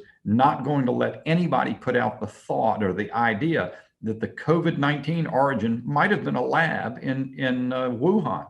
And of course, after a year in which that has been clamped down on by the hundreds of millions of people that are on Facebook, among other ways, that has now turned out to be, sprung forth as probably the leading theory. That's dangerous to democracy. And so Section 230 is one of the things that allows that to go on. We believe it needs to be modified so that to qualify for that immunity from litigation, the tech companies have to act in a much narrower way. Might be able to prohibit some bad stuff, but not clamp down on people's political theories. And I really like your approach of looking at all the different bills. I know that Senator Mike Lee has one in the Senate that seems a bit more narrow, not as broad as some of the Democrat bills. So I think that's interesting. Were it not for, let's say, the political bias that many people see, do you think that there would still be a large conservative push on antitrust? Because I know that is a big concern for a lot of people. And as you mentioned, it is this temporary union sort of some Republicans and Democrats. If you didn't have that bias, if you didn't have that, do you think there would still be a good argument for antitrust, or is this something that really has a lot more to do with power? I do think that antitrust law is ripe for a hard look. And it's sort of over the course of our history since, for the Sherman Antitrust Act, I think it was 1861 or something like that, or maybe 1881, but it dates back into the 19th century. A lot of this law has been made by courts and judges over time. It has shifted over time. You had this sort of what they call the University of Chicago School of Thought that came forward, which is very oriented to economic efficiency. It had no hostility at all to sort of the companies maybe get to be of great size and so forth. And there isn't a need for a hard look. You do see, and I think the tech companies are the best example, but they're not the only example. In our country, you see enormous concentration of economic power in the hands of a few. And and there seems to be, even outside tech, a combination of that with a new political activism, and at one point in time was not really the mainstay of corporate America. Think about it in terms of the Georgia election reform bill and the reaction, the absurd reaction from woke corporations trying to bring their power to bear against the state government and stomp it when it was in the process of a cleaning up an election irregularity or two. So that is of concern. And I think it may be that antitrust should respond to that. The thing to beware of is Democrats have another idea that goes down the field well beyond where I would go. They just don't like, they object to wealth and concentrations of resources in any corporation. So just the very bigness of a corporation alone is they fear that may get to the point where they can't control and dominate it and tell every part of American society what to do. That's a wholly different thing. The question of objectives is, my objective would be to promote competition, promote freedom, and prevent the entities being sufficiently dominating of economic competition or the markets that they can prevent those kinds of American values. Well, he keeps it all in context. That's our Congressman Dan Bishop, the 9th District of North Carolina. Thank you so much, Congressman, for taking the time to come on the Mornings with Joe Catenacci show. I'm glad to be with you, Yael, and I appreciate you're doing a great job. I look forward to being back another time.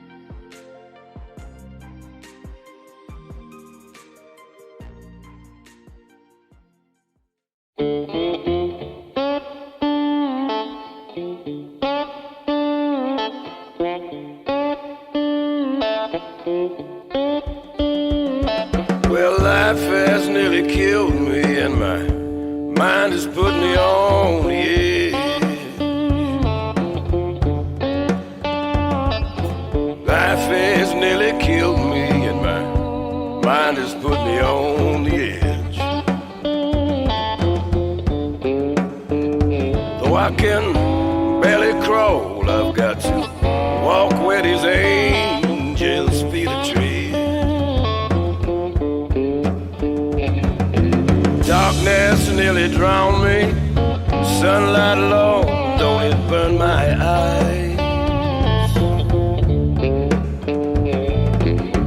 Darkness nearly drowned me, and the sunlight alone, don't it burn my eyes? This valley is much too deep, and this mountain so very high. My cup is nearly empty. I got such a long, long way to go. My cup is nearly empty. I got such a long, long way to go. I got to lay down here and rest before I can take another step down that lonesome road. Where the darkness nearly drowned me, the sunlight burned my eyes. This valley is much too deep, and this mountain so very high. I gotta lay down here and rest where I can take another step down this lonesome road. Well, my cup is nearly empty. I got such a long, long, long way to go.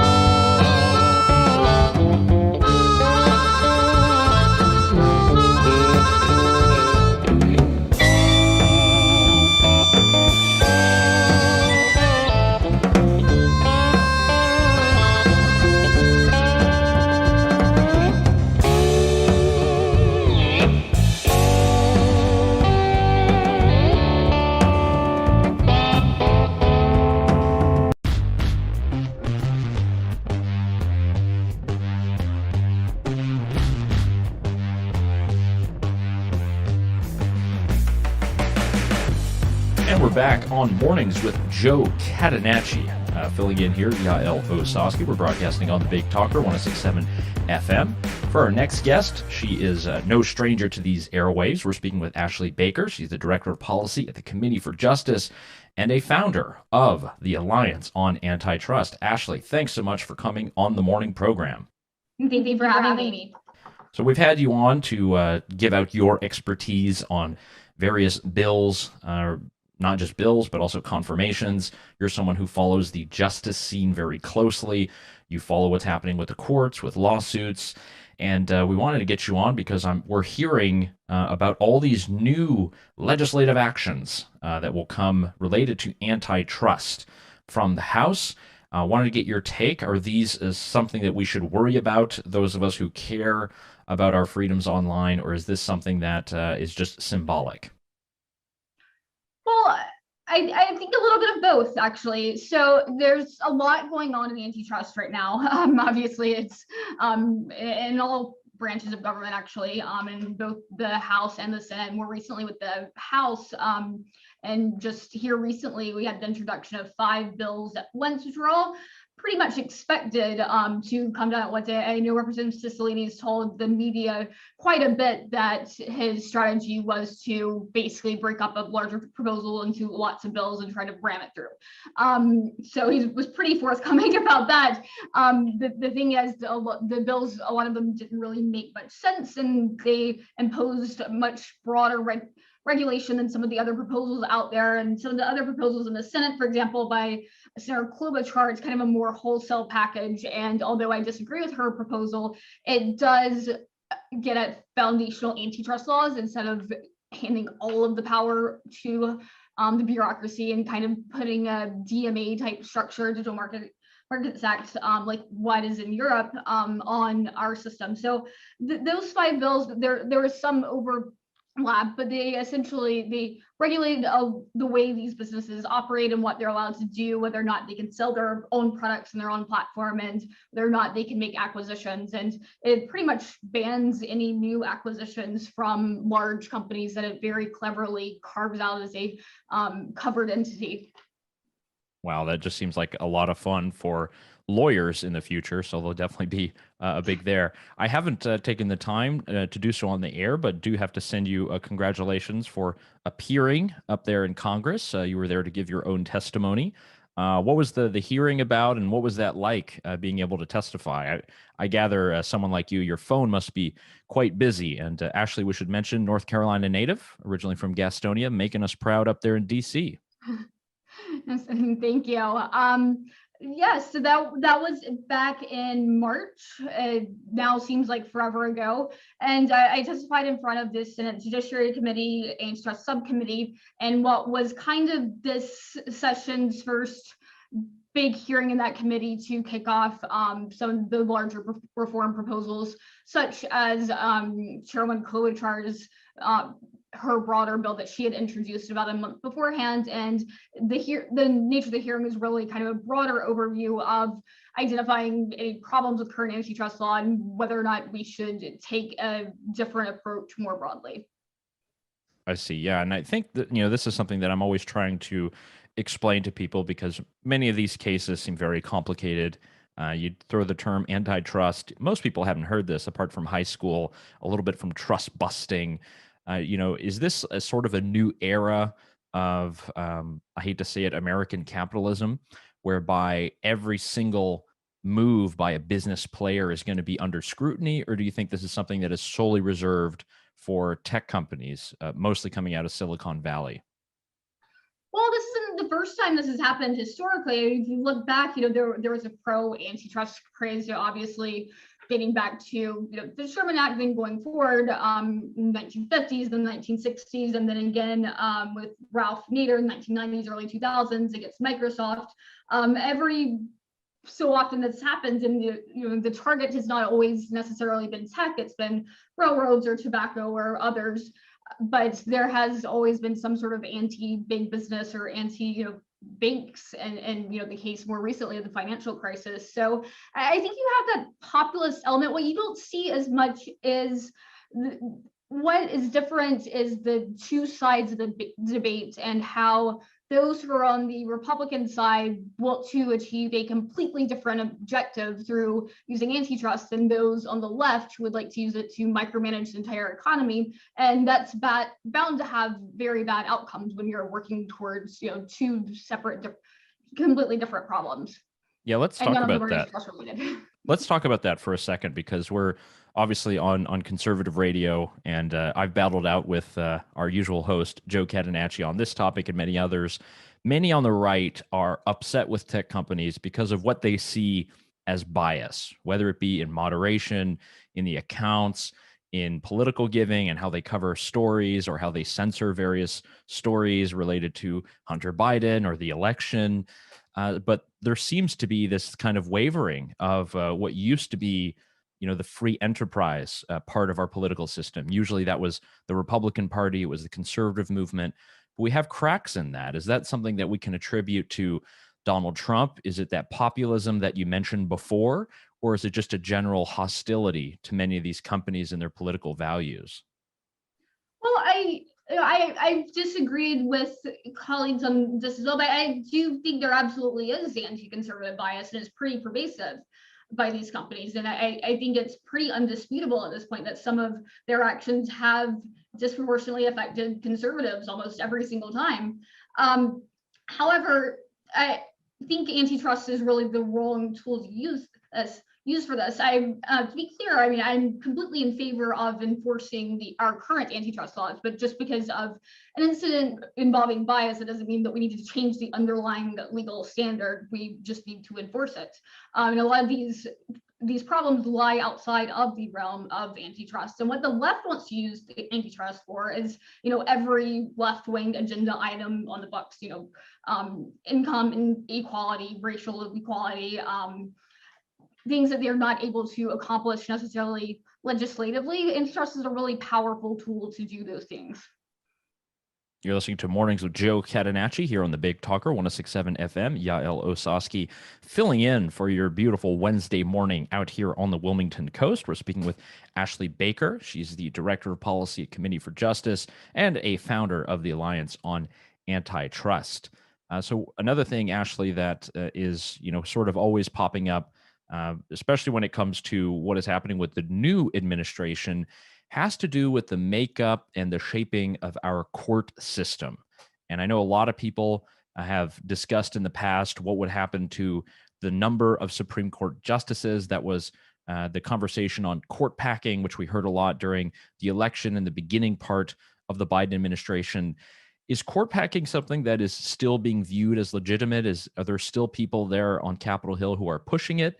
And if that's the case, why do you think that would be harmful to our court system, to our justice system, and perhaps to the branches of our government at the federal level?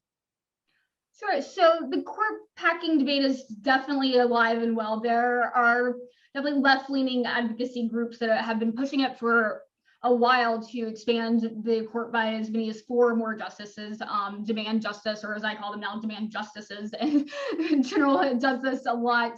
And Biden would not give an answer on whether or not he supported court packing during his entire campaign. Until now, he has not, although in 1983, he said it was a boneheaded idea, but he's also been known to be pushed around by these groups.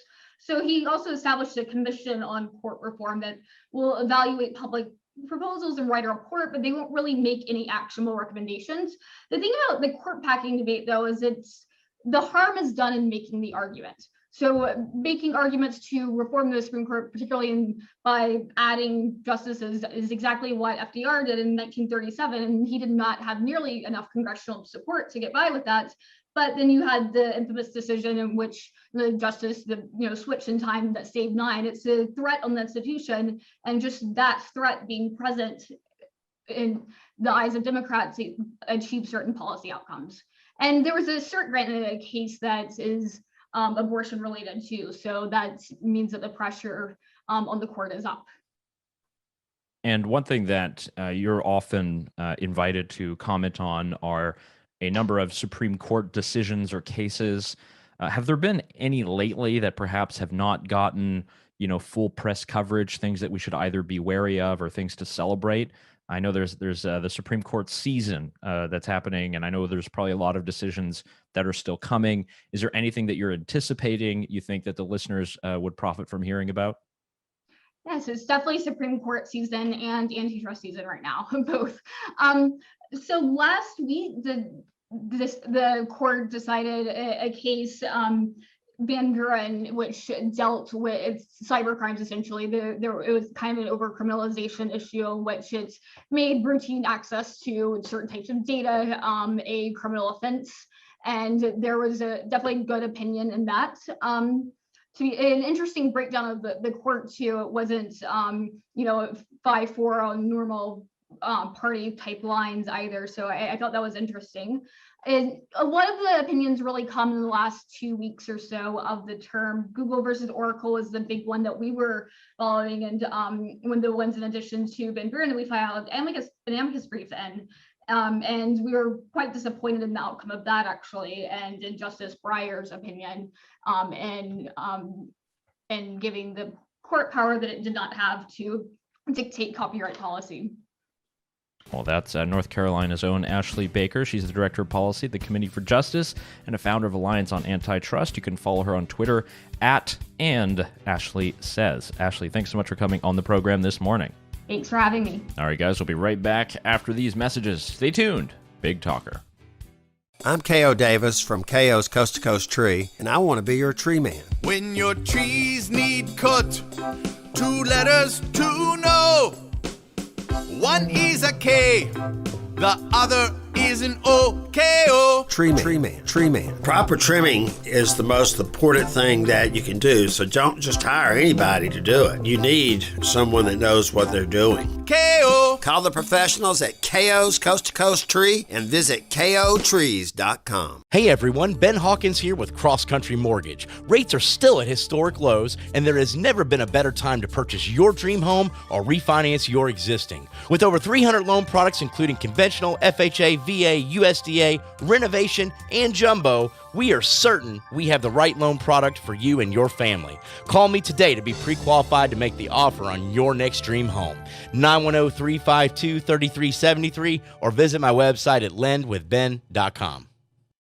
As Wilmington's leader in restorative and regenerative medicine, the Frank Institute specializes in health optimization. Simply put, we use in-depth evaluations and lab testing to determine the best treatments for each patient. So whether you're suffering from an unseen hormonal imbalance or a simple vitamin deficiency, the Frank Institute is ready to get you back to better living. Call us at 910-679-8534 or fill out our symptom survey online at frankinstitute.com. Because at the Frank Institute, you live, we help. Government has become too big, too overtaxing, and is constantly over-regulating every aspect of your life. If you agree with that, tune into Consumer Choice Radio every Saturday at 10 a.m. here on the Big Talker 106.7 FM with me, Yaël Ossowski. And me, David Clement. For an hour, you'll get expert analysis on what the government is sinking its teeth into next and how you, as a consumer, can push back. ConsumerChoiceRadio.com. This is Marcley, and I'm excited about a new program here on the Big Talker called Recovering Hope. Recovering Hope is all about recovery from drug and alcohol addiction. Drug addiction has impacted my family very hard, and I know that it knows no borders. We live in one of the most impacted cities in the nation when it comes to addiction. We'll be discussing many of the resources that are available in our region, and as the name of the show suggests, we need you to know there is hope for anyone that wants it. So please tune in Wednesday evenings from 6 to 7 right here on the Big Talker FM.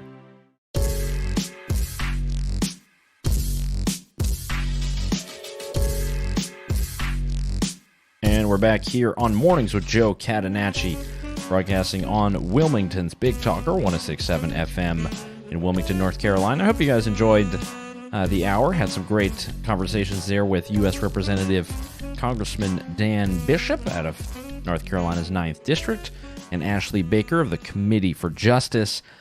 Differing views on the question of antitrust and social media, tech companies, and the like. I know many of you have probably had some kind of frustrating circumstances on social media sites. I know from my end, I've had plenty of friends who've been censored, had followers deleted, have been suspended, have been blocked. Some of you have probably had that same thing happen, maybe even to you. for something you said or something you posted.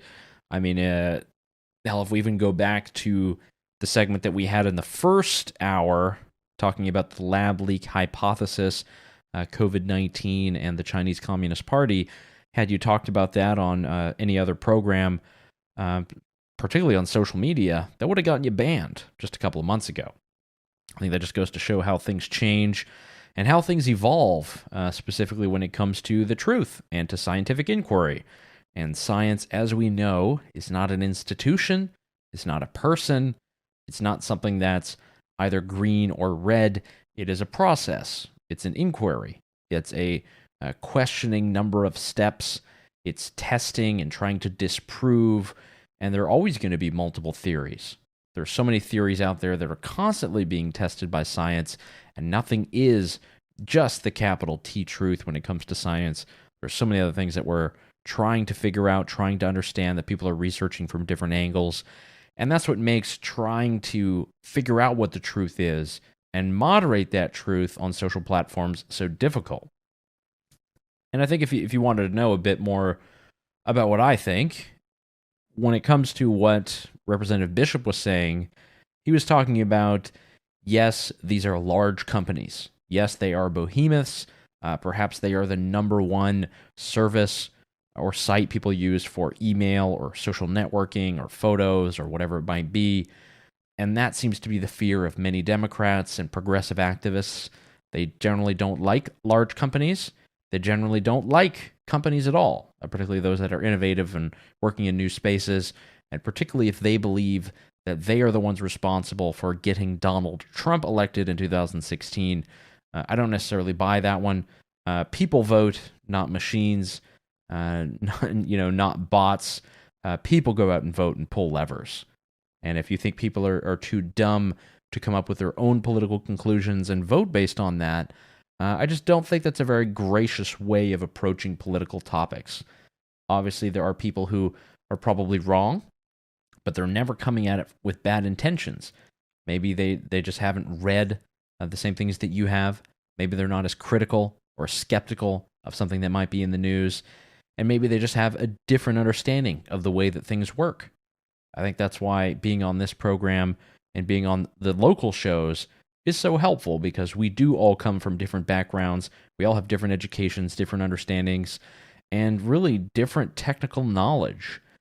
I think anyone who has ever seen any topic that you actually know something about, let's say that you happen to be an aerospace engineer, or perhaps you're a barista, or perhaps you own your own tire company, and you see those topics covered in the news by reporters, by op-ed columnists, and usually, most of the time, they'll get it wrong. So if they get it wrong with something you're an expert on, imagine what it's like for so many other topics. That's why I love social media. I think it's a great interactive space. I have multiple accounts that I'm able to interact with people on. If you're on Twitter and want to follow me, for instance, it is at Yael, Yaeloss. Yael Oss. Promise you I'm the only one there. But I love the debate. I love the exchange. I love sharing ideas. I love some of the comedy that comes out of there. I mean, let's face it, many of us were sequestered to our homes for months on end. We had nothing but the internet. We had nothing but social networking. We had nothing but ordering Uber Eats or DoorDash to our homes or getting takeaway. So our worlds became, in a way, very small and limited in terms of social interactions, but vastly bigger because of social media. And that's why I'm a bit hesitant that we would empower government, a federal government, to try to take more power over some of these companies, even if they have done things that are wrong. There's a great story about the great, I think, deplatforming, and I think it was in 2019 or 2020, where all of a sudden all of these accounts were taken down on various servers. It was not just Facebook and Twitter, but also YouTube accounts were down. Sometimes their web servers were knocked off. Some people say they were conspiracy theorists or racist or anything else. That could be true, don't know. But either way, it's something that's very dangerous, because the second you start moderating and you start deleting people, you're essentially creating your own ecosystem of rules. And if you're not consistent with those rules, well, then people are going to, there's going to be a backlash. And that's something that we need to be constantly critical of. And guess what? If you don't like Facebook, if you don't like the friends you have on there, the network, you are very free to leave. Not true if you're sitting in a jail cell because you've broken some kind of government law, but very true if you're using any other type of product or service out there. There is competition, and you can use it. Maybe not all of your friends are going to be willing to leave these various networks, but that's the most beautiful thing about it, is you can create your own. You can host your own servers. You can host your own social networks. There's an open protocol called Mastodon that I'm a big fan of. If you're interested in that, you can send me a message on Twitter. I'll set you up with that very easily. It won't be censored by anyone. It won't be moderated, and you'll be free to speak your mind. And that's the kind of stuff that markets provide us. And the second that we start weaponizing the federal government, state governments to come out after us, I think that's very problematic. And if we look at what happened down in Florida, Florida Governor Ron DeSantis, generally a huge fan of what he's doing. Typically, there's been a good amount of vetoes of various bad bills that he's taken on, particularly related to vaping flavors, that I was a huge fan of. Generally seems to be a very pro-market, pro-innovation governor. But he signed a bill that would essentially make it a crime or a huge penalty to social networks if they do not feature all political candidates on their social media sites. But what happens? You have this Florida COVID dashboard owner / now political celebrity Rebecca Jones. If you don't know that name, there's a great number of stories in the National Review magazine about how she became famous and celebrated, more on the left. Rebecca Jones was working in the health department over there in Florida. She was helping create the dashboard for the COVID numbers on cases and deaths, positivity, and the like. And she claims that she was ordered to edit those numbers to make Florida seem as if it was ready to open up when it wasn't. A lot of those claims may have been proven false. We're still trying to figure that out, a couple of investigations. She made some very bombastic claims, and she was suspended off Twitter, social media site. But what does she do? She files to run for Congress against Representative Matt Gaetz out of Florida, Florida's 1st district. That means that under Florida Governor Ron DeSantis' law, it is now illegal for her not to have a Twitter account. That's exactly the kind of unintended consequences that we have when we weaponize our government to go after any of these innovative tech companies, particularly in the social media sphere. They're not always going to get it right. More often than not, they'll probably get it wrong. They certainly got it wrong on the lab leak hypothesis. But does that mean that we need to weaponize government to try to shape companies in a way that one particular political party wants at one moment? Because just imagine, if you grant that power to one political party, you have to be willing to concede that the other political party that you detest will have that same power once your guys lose. So that's something to think about today. You're listening to Mornings with Joe Catenacci here with Yaël Ossowski, guest hosts.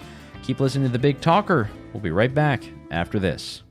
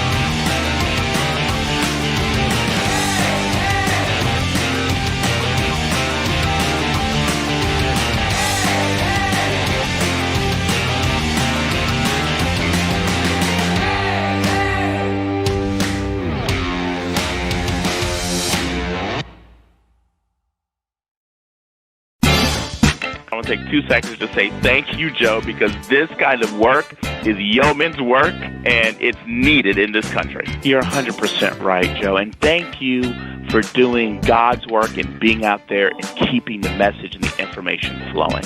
Joe Catenacci, weekday mornings from 7 a.m. to 10 a.m. right here on the Big Talker 106.7 FM, WFBT, New Hanover, Brunswick, and Pender counties. We interrupt to bring you this horrible news. Experts say we'll see larger numbers and different breeds of mosquitoes to wreak havoc on your backyard, making this year one of the worst. Anopheles and Culex variety mosquito. Yeah. Experts also say there is only one defense against this onslaught. Call the Bugman from Bugno Pest Control. That's Mr. Bugno to you, pal. Bugno Pest Control's mosquito-killing formula keeps your yard bug-free. Call Bugno Pest Control, 910-367-2501, or visit bugnopestcontrol.com. Take back your yard. When you decide to sell that unwanted gold jewelry, coins, or fine silver, you should get the highest price possible. Perry's has been giving people more for their gold, silver, and estate jewelry for 25 years in a safe and private environment that is trusted by your neighbors and friends. We pay the most because we want you to come back to Perry's Emporium. Whether it's to sell more unwanted items or to buy new jewelry for any occasion, check elsewhere and then get the Perry's price and you'll see. Perry's Emporium on the corner of Shipyard and Independence in beautiful Barclay Commons, and on the web at perrysemporium.com.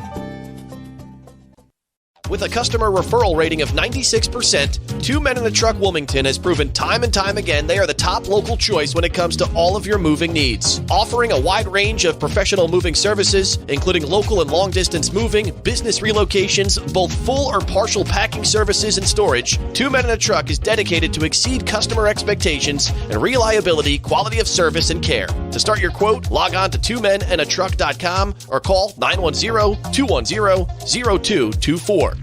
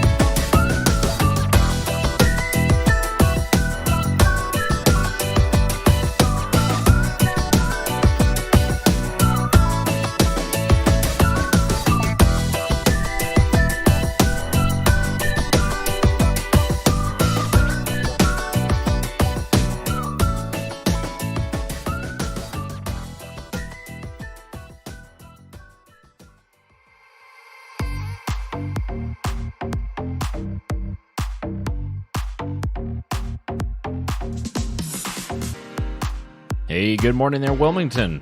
We're back here on the Mornings with Joe Catenacci show. I'm your guest host for the day, Yaël Ossowski. We're starting hour 3 here. It's been an amazing morning here in Wilmington, North Carolina. Had some great interviews and guests.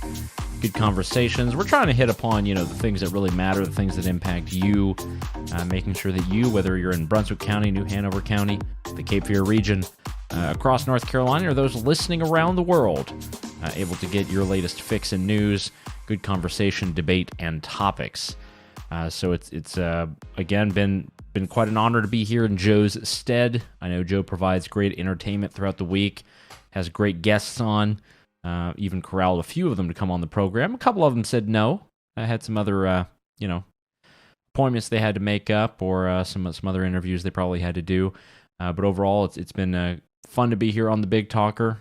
We're live here on BigTalkerFM.com on the 106.7 FM on your dial, and we want to be sure we provide a bit more. So we'll have the next segment with my Consumer Choice Radio colleague David Clement, talking all about the future of sports. Future of sports and COVID, but also the future of sports in terms of innovation, what companies are going to provide the best forms of entertainment and the best options for viewing them, because we know it's getting a bit crazy out there in terms of digitization of everything. People being able to subscribe, people being able to use their phones and apps to watch programs and not needing to have normal cable. So I think that's an interesting conversation. I think it impacts all of us, because as much as we want to talk politics and we want to talk news of the day, at the end of the day, we also want to try to relax with our family, catch up on some series, some movies, and some sports that might be on the television. That'll be the next segment with David Clement. Stay tuned for that. Let's see what else was happening across the state and the region. We're going to go ahead and open up the Stars News Online. So we did see that there was a tropical storm that was forming off the Carolina coast last night. Fortunately, though, it is headed north, so not likely to impact Wilmington. Probably have a little bit of increase in some winds here in the Cape Fear region, but nothing too concerning for the moment. And it's hurricane season, folks. It's coming upon us very soon, so I know there's going to be a lot more come summer and come in the fall. Not as many as has been predicted, but then again, we can only cross our fingers. That's something that, well, I know impact a lot of you and a lot of people. Keep scanning through the Star News Online here on this beautiful Wednesday morning. How about some political intrigue? Political intrigue.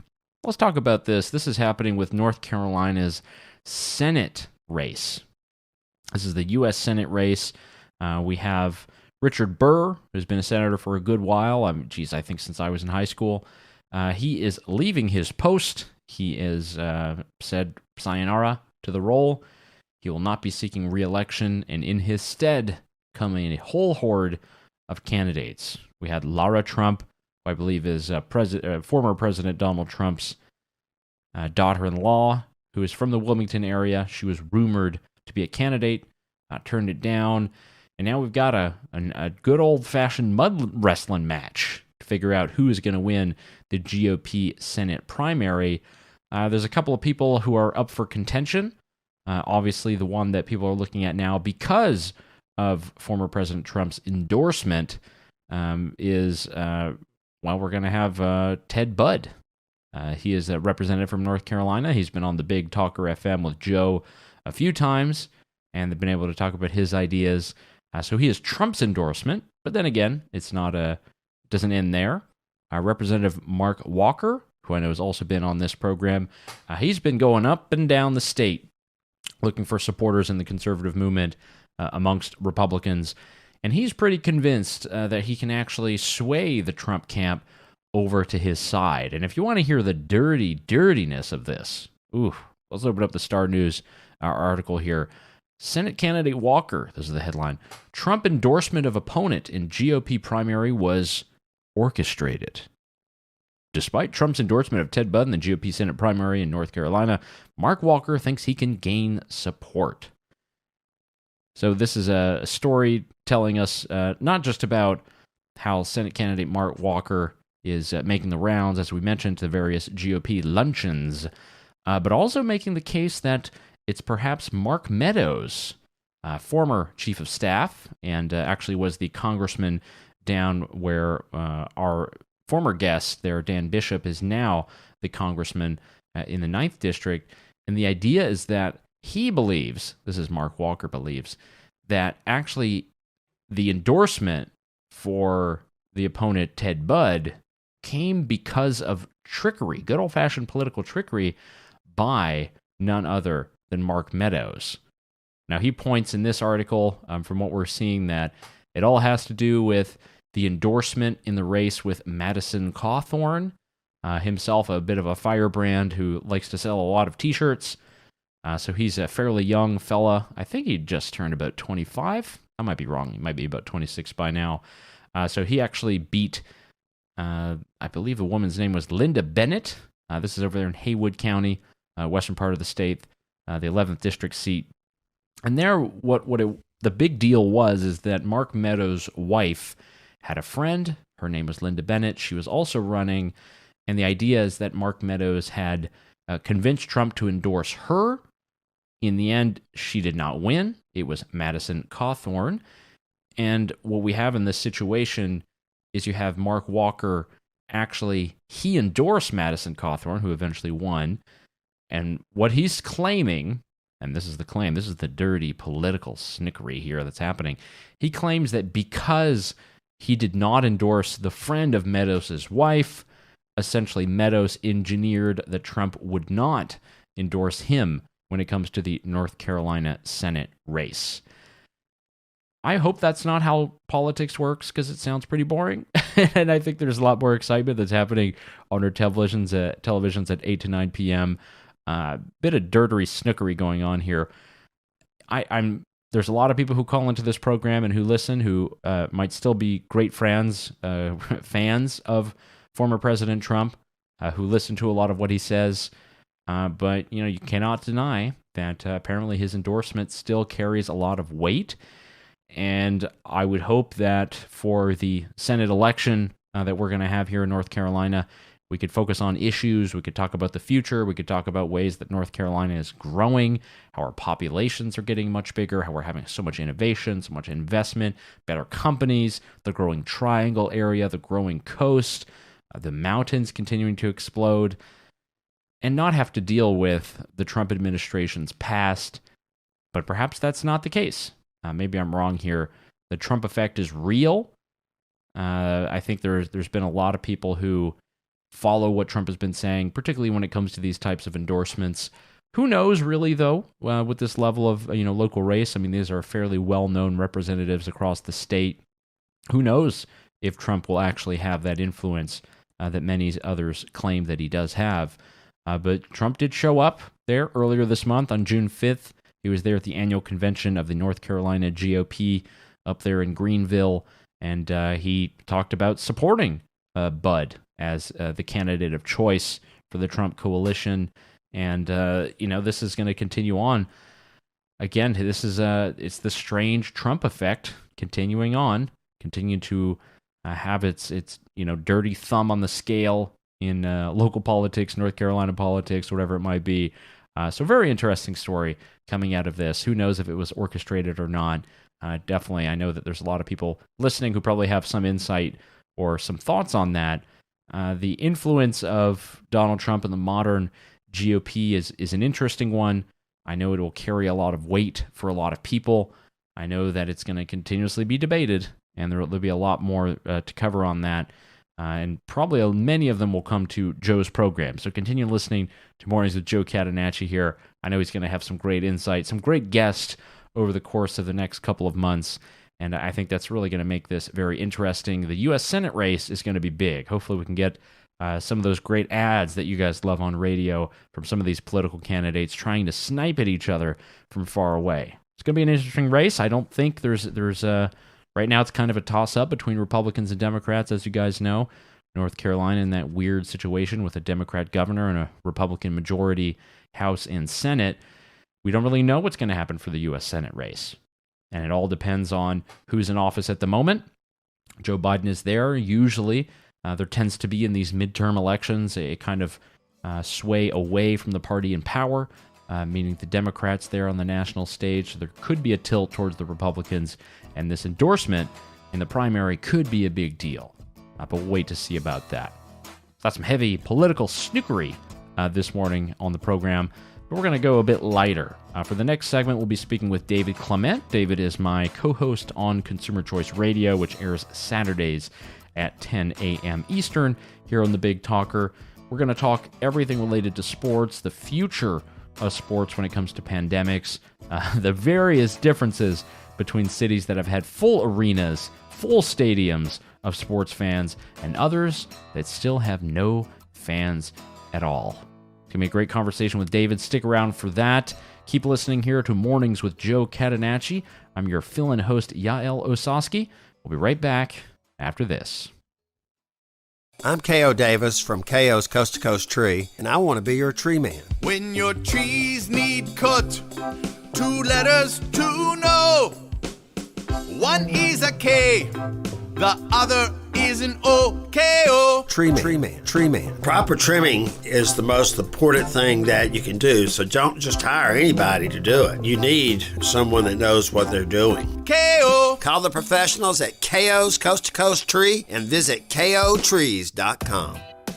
Hey, I'm Yaël Ossowski. And I'm David Clement. We're the host of Consumer Choice Radio, broadcasting every Saturday at 10 a.m. here on the Big Talker 106.7 FM. Consumer Choice Radio is a weekly conversation featuring the latest news, interviews, and expert analysis that covers consumer topics from around the world. ConsumerChoiceRadio.com.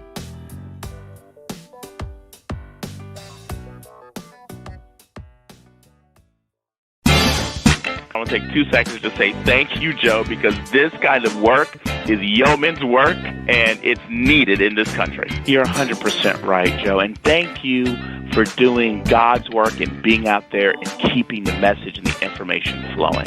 Joe Catenacci, weekday mornings from 7 a.m. to 10 a.m. right here on the Big Talker 106.7 FM, WFBT, New Hanover, Brunswick, and Pender counties. This is Marcley, and I'm excited about a new program here on the Big Talker called Recovering Hope. Recovering Hope is all about recovery from drug and alcohol addiction. Drug addiction has impacted my family very hard, and I know that it knows no borders. We live in one of the most impacted cities in the nation when it comes to addiction. We'll be discussing many of the resources that are available in our region, and as the name of the show suggests, we need you to know there is hope for anyone that wants it. So please tune in Wednesday evenings from 6 to 7 right here on the Big Talker FM. Hi, I'm Dr. Gabe Frank of the Frank Institute, and I want to tell you about our IV vitamin, infusion, and hydration therapies. These IVs are the most effective treatment for vitamin and nutrition deficiencies available, and with our wide range of offering, your treatment can be tailored to your specific needs. Whether you struggle with hydration or nutritional deficiency, injury recovery, low energy, please feel free to check out our IV infusions today. Schedule an appointment at 910-679-8534 or check out all our treatment services at www.frankinstitute.com. I'm Rob Renz, Marine Corps veteran, entrepreneur, and local business owner. Join me and my buddies on Monday from 6 to 7 for Signal Fire Radio, where we discuss how to successfully transition from the military and become a signal fire in your community. That's Signal Fire Radio, Mondays from 6 to 7 p.m. on 106.7 The Big Talk.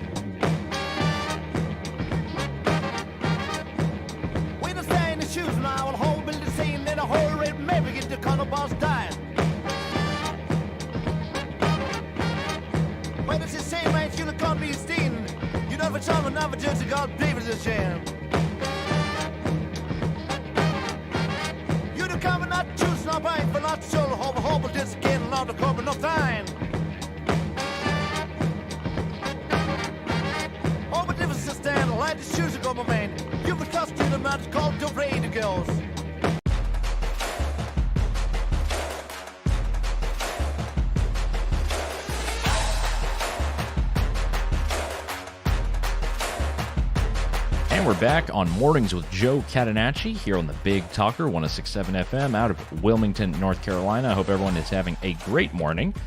Since we're on the airwaves, I figured it'd be another great opportunity to call up my normal co-host from Consumer Choice Radio, and that is David Clement. He's phoning it in from far away up there in Ontario. But David, I wanted to bring you in because I think you got some good insights on some other topics. So how are things doing this good morning, sir? Oh, not too bad. Not too bad. No complaints. So we got you, primed on the radio. You got your best dress on, not knowing we're only using your voice. A topic I wanted to talk to you about, and I think a lot of listeners would be interested too, is what is the future of sports? Specifically, we have in mind the pandemic, some of the restrictions. I think you were one of the first people who made the observation that many of the Stanley Cup final games are being held in various cities, and all the American games are being held open to a T, tens of thousands of people, and the Canadian games, unfortunately, happening with no fans at all. So is this just a uniquely Canadian problem? Are there other areas where they still don't have live sports, or what's a kind of update on that?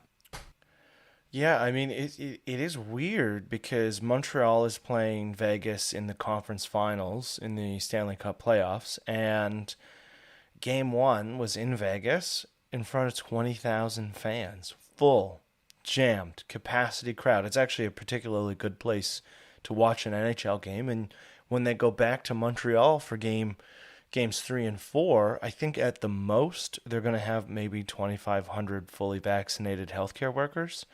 So it really is like, it really gets you to ask yourself, like, what are we doing? For Quebec and Montreal, there probably, and I'm saying this as a Toronto fan, there probably isn't a better hockey market in the world in terms of like the presence in the arena. And so the fact that legislators can't get it together so that fully vaccinated people can watch the game, they should just have as many fully vaccinated people in the stands as possible, in my opinion. But are they going to go that route? I don't think so, because they may be called hypocrites for giving the Canadians an exemption. But it's been puzzling to watch that disparity.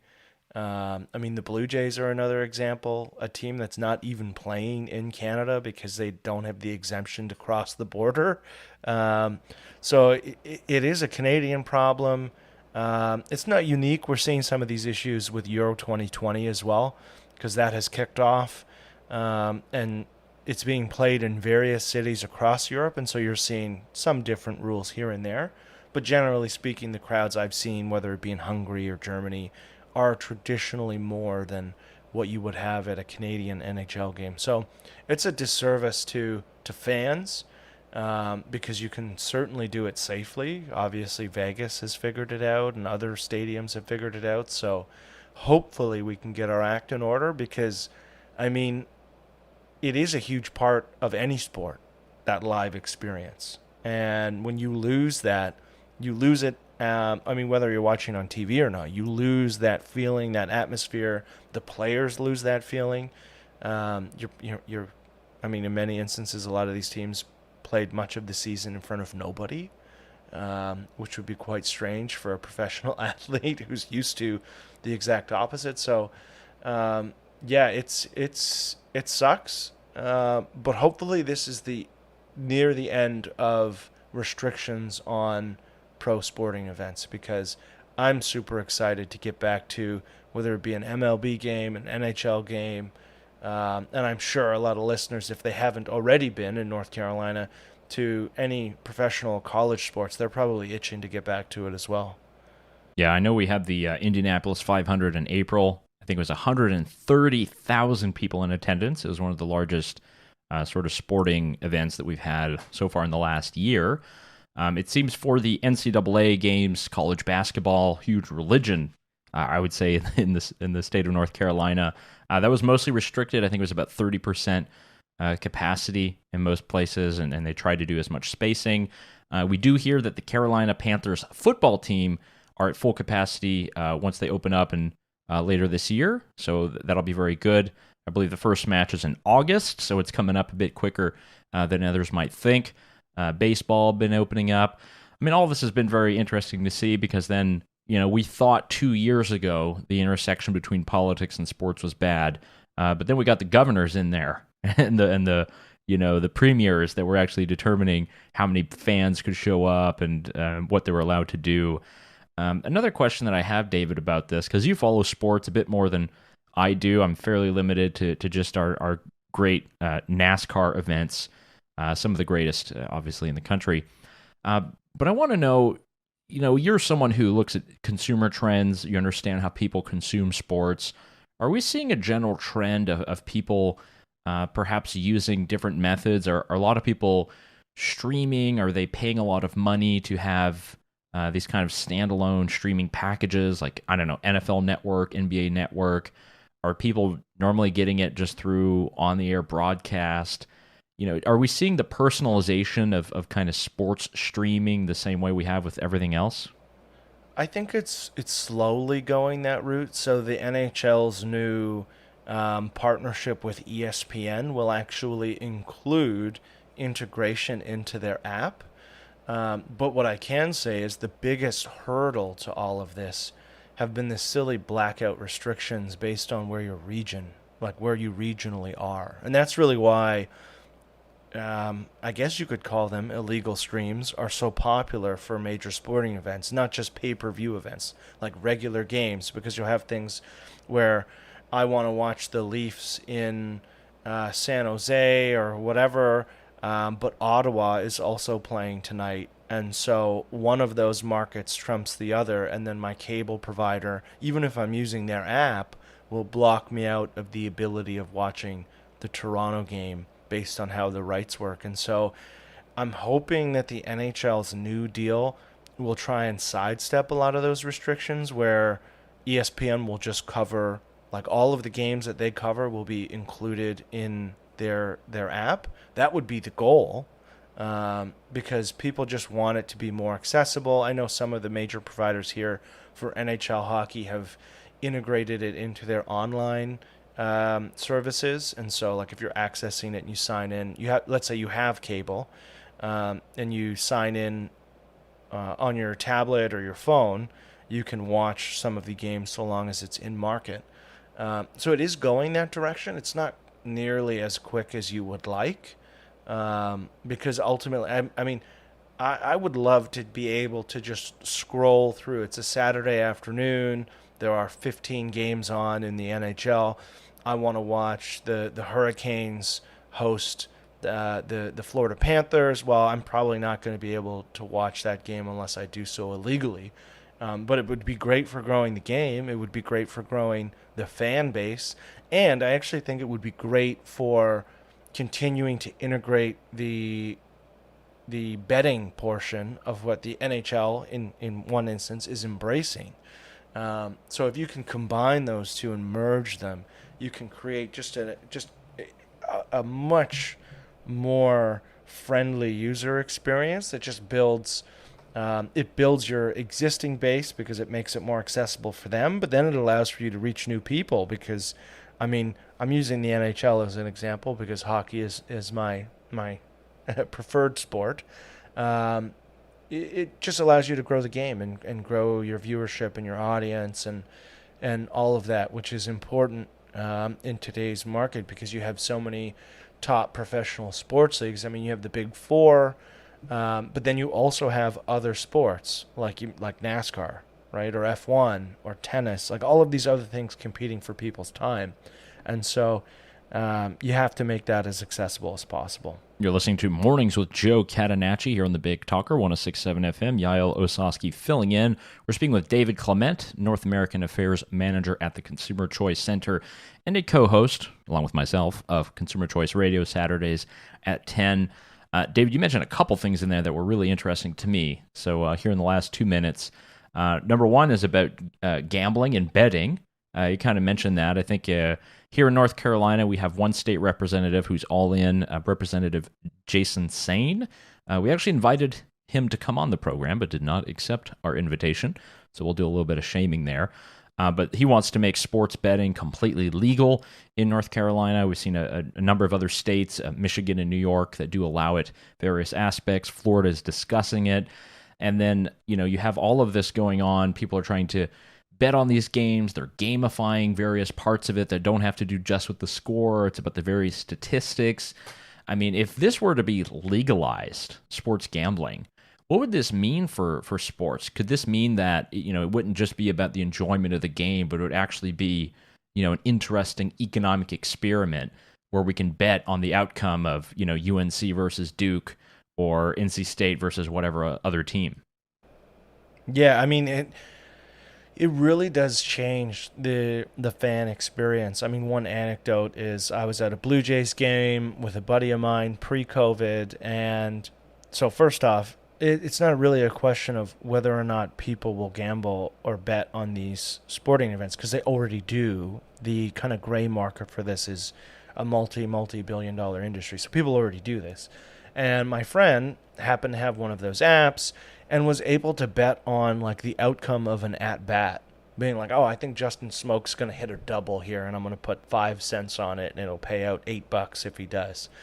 And that made and we were in the stadium, that made the in-stadium experience something that I had never even thought was possible, because you're now like on your feet for an at-bat in the middle of the order in the 4th inning, when usually you'd probably just be talking and being distracted, because that's traditionally what people do at baseball games.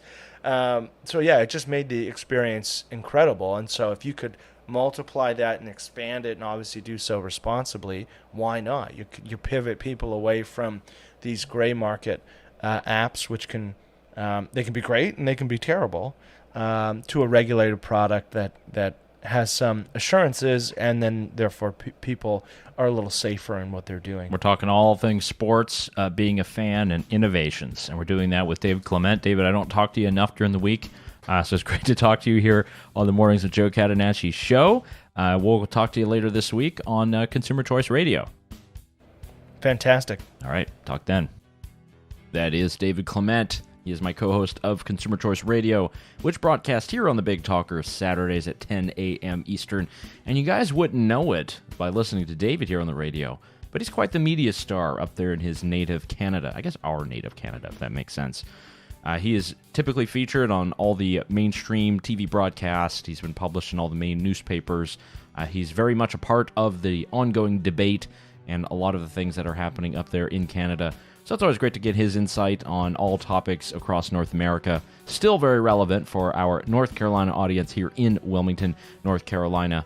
Hopefully it's been entertaining to listen to David. We didn't really, we don't really talk about sports very much. Sports are not my forte, as it were, apart from NASCAR. Any other NASCAR fans out there, if you're listening on the stream or anywhere else, give me a like right there. Hit subscribe. You know how it goes. We have plenty more to come. We get 2 more segments here on the Mornings with Joe Catenacci show.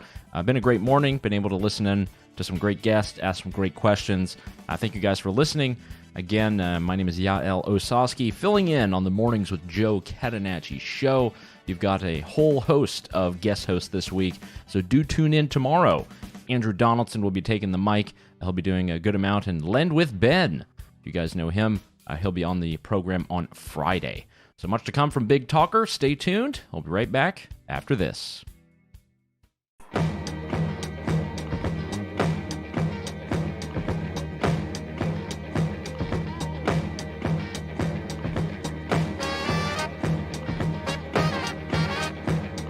I stay in the shoes now, I'll hold the scene in a whole red maybe get the color boss dying.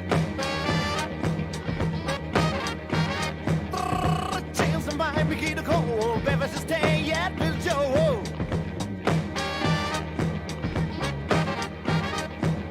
When I stay in the shoes now, I'll hold the scene in a hurry, maybe get the color boss dying. When it's the same range, you'll call me Steen. You know, for someone, never just a god, David's a shame. You don't come and not choose, not buying for not soul, hope, this again, not a cover, no time.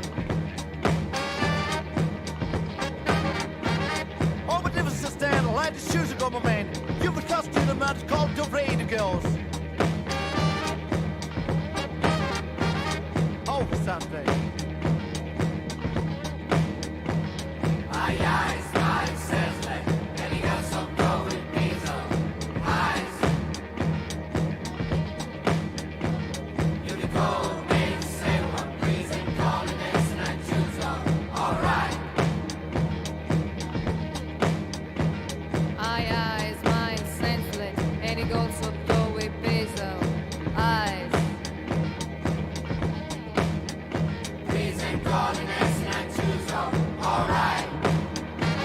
Well, I sit on sleeping at the king of the sea till I just an up and off home, had a good time, left face to go. We can see in the stand, and the shoes are coming in. There's just 2 of the cars that are before all the guys to stay.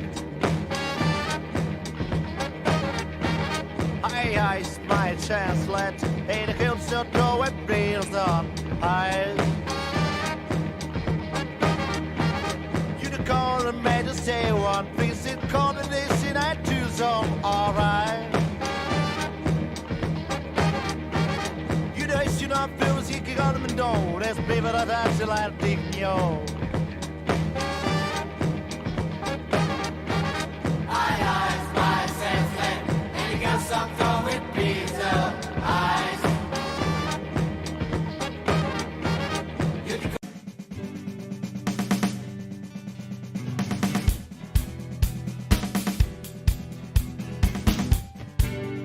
Hey, how you doing there, Wilmington? We're back here, Mornings with Joe Catenacci, Yaël Ossowski filling in. My usual duties are as Deputy Director of the Consumer Choice Center. You can read more about what we do at consumerchoicecenter.org, a global grassroots movement for consumer choice, fighting for everything that you believe in when it comes to your choices as a consumer in the market, trying to keep it away from the pesky regulators and policymakers who otherwise would love to infantilize you, ban products, restrict them, raise taxes, and make them less available. So we're fighting against that every single day. Thank you again for tuning in. We're streaming live here on 106.7 FM, also on BigTalkerFM.com on the website, and on Facebook and YouTube, making sure we're getting out the message and trying to make Joe proud, ladies and gentlemen. That's what it's really about. Joe Catenacci is away for the rest of the week. You'll have me here for another segment, and then we have Andrew Donaldson, who will be on the program tomorrow, and our own Lend with Ben on Friday. So look forward to that.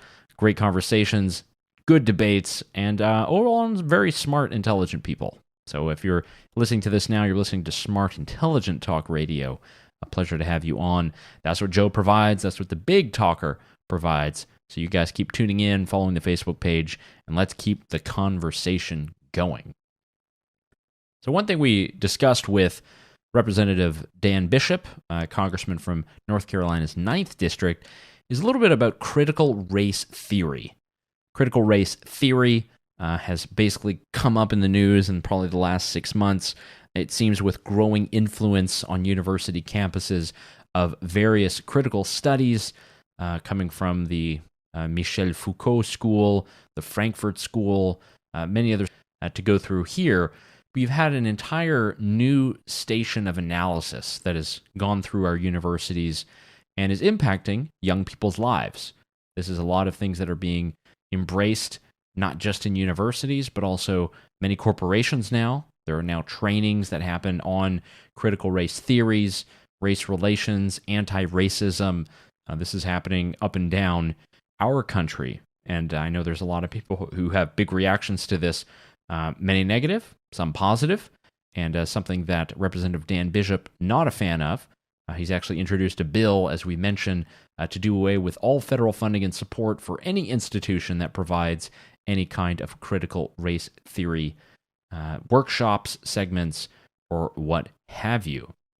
Now, to get to the kind of origin stories of this, we don't necessarily need to go into it, but it brings up a broader question about education, about our laws, and about teaching. And a lot of it has to do with history and how we mandate history education or how we educate our young people in general. We mentioned with the congressman the idea of school choice. So when you have school choice, it means that parents are empowered, that money that is put into the political education system follows the students and doesn't just fund the systems. So there are scholarships available. We've seen a lot of that, a growing movement of charter schools throughout the state of North Carolina especially. There's a good amount out in Wake County near Raleigh, but a growing number as well out here in Wilmington, which is very encouraging and interesting to see. Competition always works, and in education, it's actually making strides. One thing I wanted to caution against, and that's something we couldn't get too much into with the congressman, his time was very limited, is the idea of doing away with critical race theory by banning it officially. and by trying to craft the curriculum so there's some kind of ban on, teaching this particular idea or this particular philosophy. Much of this I find very problematic, and I'll tell you why. Some of you might be skeptical. I'm no big fan of critical race theory, not a big fan of intersectionality, not a big fan of, as John McWhorter of Columbia University calls it, neo-racism. It's also called racial essentialism, meaning that you are defined not by your own characteristics, but by your group, by your skin color, by your ethnicity, by your sexuality, and has little to do with your own individuality. And I think that's something that our republic really is not garnered towards, because we are not a society of group rights. We are a society of individual rights, a republic where everyone's rights are guaranteed, not because you are a member of a particular group or look a certain way, but because you are an individual. I think that's one of the greatest strengths that we have in the United States of America. It's something that is not the case in most other countries in the world, certainly not in many European countries, definitely not the case in African nations out in Asia, where you still do have a lot of tribal warfare. You have laws that restrict who can get which jobs. You have various schemes in South Africa called the Black Empowerment Laws, which actually warp and change the labor market to be sure that the sort of indigenous African population, not the white population in South Africa, can have various jobs. The race essentialism story, though, as bad as it might seem and as bad as the theories might be, and I think there's a lot of room for debate there, I think the more problematic aspect is if we start looking at using law and institutions to ban it, meaning that it cannot be taught to children at all, it cannot be discussed, and there's no way that people will be able to bring it up. Now, that's very problematic because we don't want any state, any government, determining what is true history, what is the truth, which philosophies are better than others. We have to remember that we have our educational systems set up to learn how to be critical and skeptical. And if we're not allowed to teach various things that, let's face it, are already out of the toothpaste tube, we're not going to be equipping our children for the next generation. And I think that's something where Joe and I, Joe Catenacci here, we've had plenty of debates on it, both on the air and off. It's something that we disagree about in terms of how to handle it. I am just very wary of using law, the government, institutions, really to try to legislate this, because I think it would come with even more unintended consequences. And who's to say if we don't have some kind of Democratic majority in any of the institutions, whether in North Carolina or otherwise, that they're not going to try to outlaw various teachings of the American Revolution, or about free markets, or about free exchange, or about any of our history. That's something that we have to always keep in mind. Whenever we design laws, whenever we design policies, they should be there to make sure they are universal. And that even if the opposing party and someone you ideologically disagree with would be in power, you would trust them with that power. And the second that we make our laws very complex, very large, very sweeping, we have to expect that the pendulum will always swing the other way. That's why we have the idea of conservative government, of limiting government, of keeping it local, because you have more ability as a local citizen, a local person, whether you be in New Hanover County, whether you be in Wilmington, downtown district, whether you're out on Paradise Island, you have the ability to change the local system. And that's something that has been part of conservative orthodoxy for at least the last 6 decades. I hope would continue. I think it's a great facet of our American system, and modern liberalism as well. Its emphasis on civil liberties, something definitely important, and it continues to be vital for anything that we do, particularly with our interactions with the state, with police, and I think also carries on over to this. So let's read an article related to this. This is from Noah Rothman, one of my favorite writers in Commentary Magazine. It's a very interesting, I would say, astute conservative publication for those of you who are interested in that type of opinion writing. The title is "Don't Let the Backlash Against Critical Race Theory Become a Victim of Its Own Success." Quoting from the article here, "Before it was critical race theory, CRT, in the popular culture, it was a constellation of vaguely academic concepts that confused bigotry with enlightenment. It was intersectionality, a thought experiment dressed up as scholarship that led its adherents to think about race and gender in terms of stereotypes. It was the right to be believed, which substituted gender for evidence sufficient to convict alleged criminals. It was modern social justice, the theory that enlightened institutions must be empowered to take economic and social goods away from some and distribute them to others based on accidents of birth. Within a bewilderingly short time frame, this decades-old theory migrated out of identity studies departments on campuses and into public life. All of a sudden, taxpayer-funded institutions were forcing their white employees to endure struggle sessions, examining their internalized racial superiority, and to confess to their racism or be accused of denial. The Biden administration began doling out largesse from the Treasury in explicitly discriminatory ways in violation of the Constitution's Equal Protection Clause. The ubiquity of this idea contributes to the illusion that it is indomitable, but it is not. The fight against the amalgam of ugly concepts we call CRT has given rise to a potent public backlash. And yet, instead of welcoming that development, the prosecutors of this noble campaign have succumbed to an irrational fatalism that is leading them to risk short-circuiting the very backlash they helped bring about. So what Noah Rothman is mentioning here, again, this is a piece from Commentary Magazine talking about critical race theory and the backlash against it, basically making the claim, and you could read more of that article there, that essentially because of the backlash and because it has created its own movement, it actually is going too far. There are Republican-led states and municipalities around the country where lawmakers are introducing various laws that are trying to suppress critical race theory in the classroom. A lot of the statutory language obviously is very different, but there's a lot of this that I think is very problematic. And because we do not want a government that is determining what is the correct theory that we should learn, what is the correct analysis that we need to take, students have to be able to learn them all. And if we only expose students to one side of the story, they're going to get curious.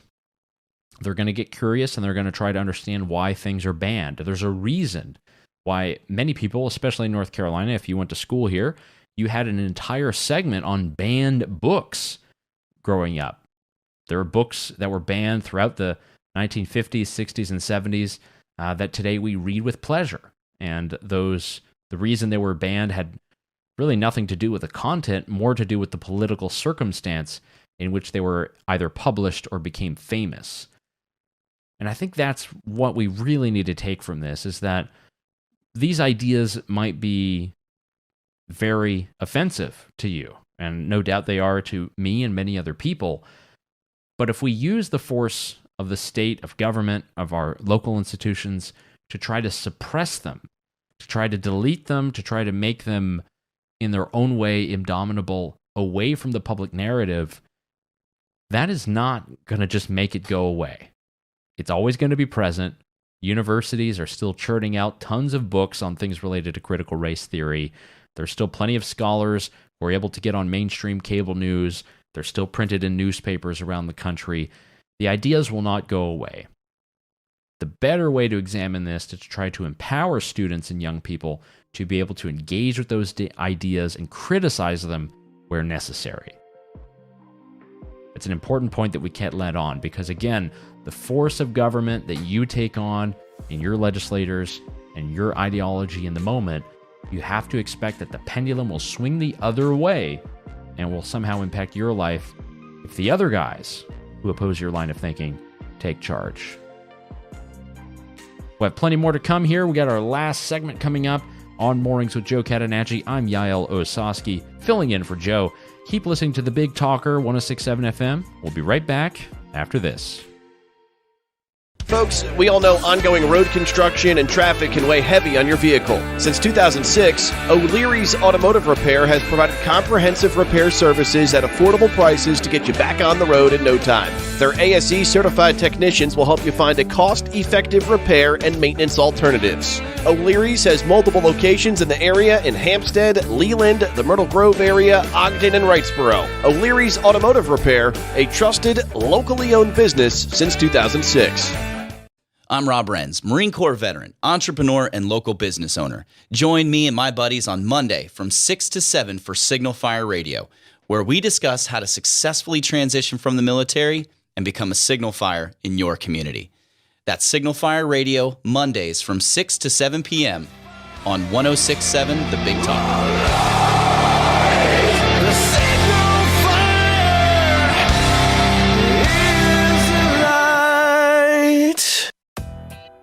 Hey, I'm Yaël Ossowski. And I'm David Clement. We're the host of Consumer Choice Radio, broadcasting every Saturday at 10 a.m. here on the Big Talker 106.7 FM. Consumer Choice Radio is a weekly conversation featuring the latest news, interviews, and expert analysis that covers consumer topics from around the world. ConsumerChoiceRadio.com.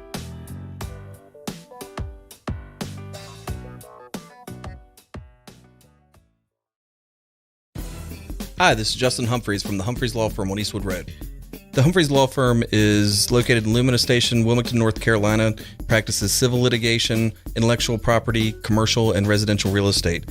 Please give us a call at 910-332-0721 or visit us on our website, which is www.humphreysfirm.law. You can also listen to me every Thursday from 6 to 7 p.m. on the Big Talker 106.7 FM.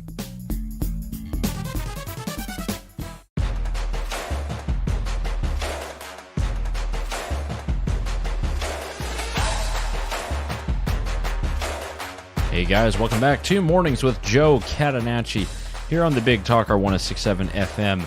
I've been filling in this morning for my good friend Joe as he's out for the rest of the week.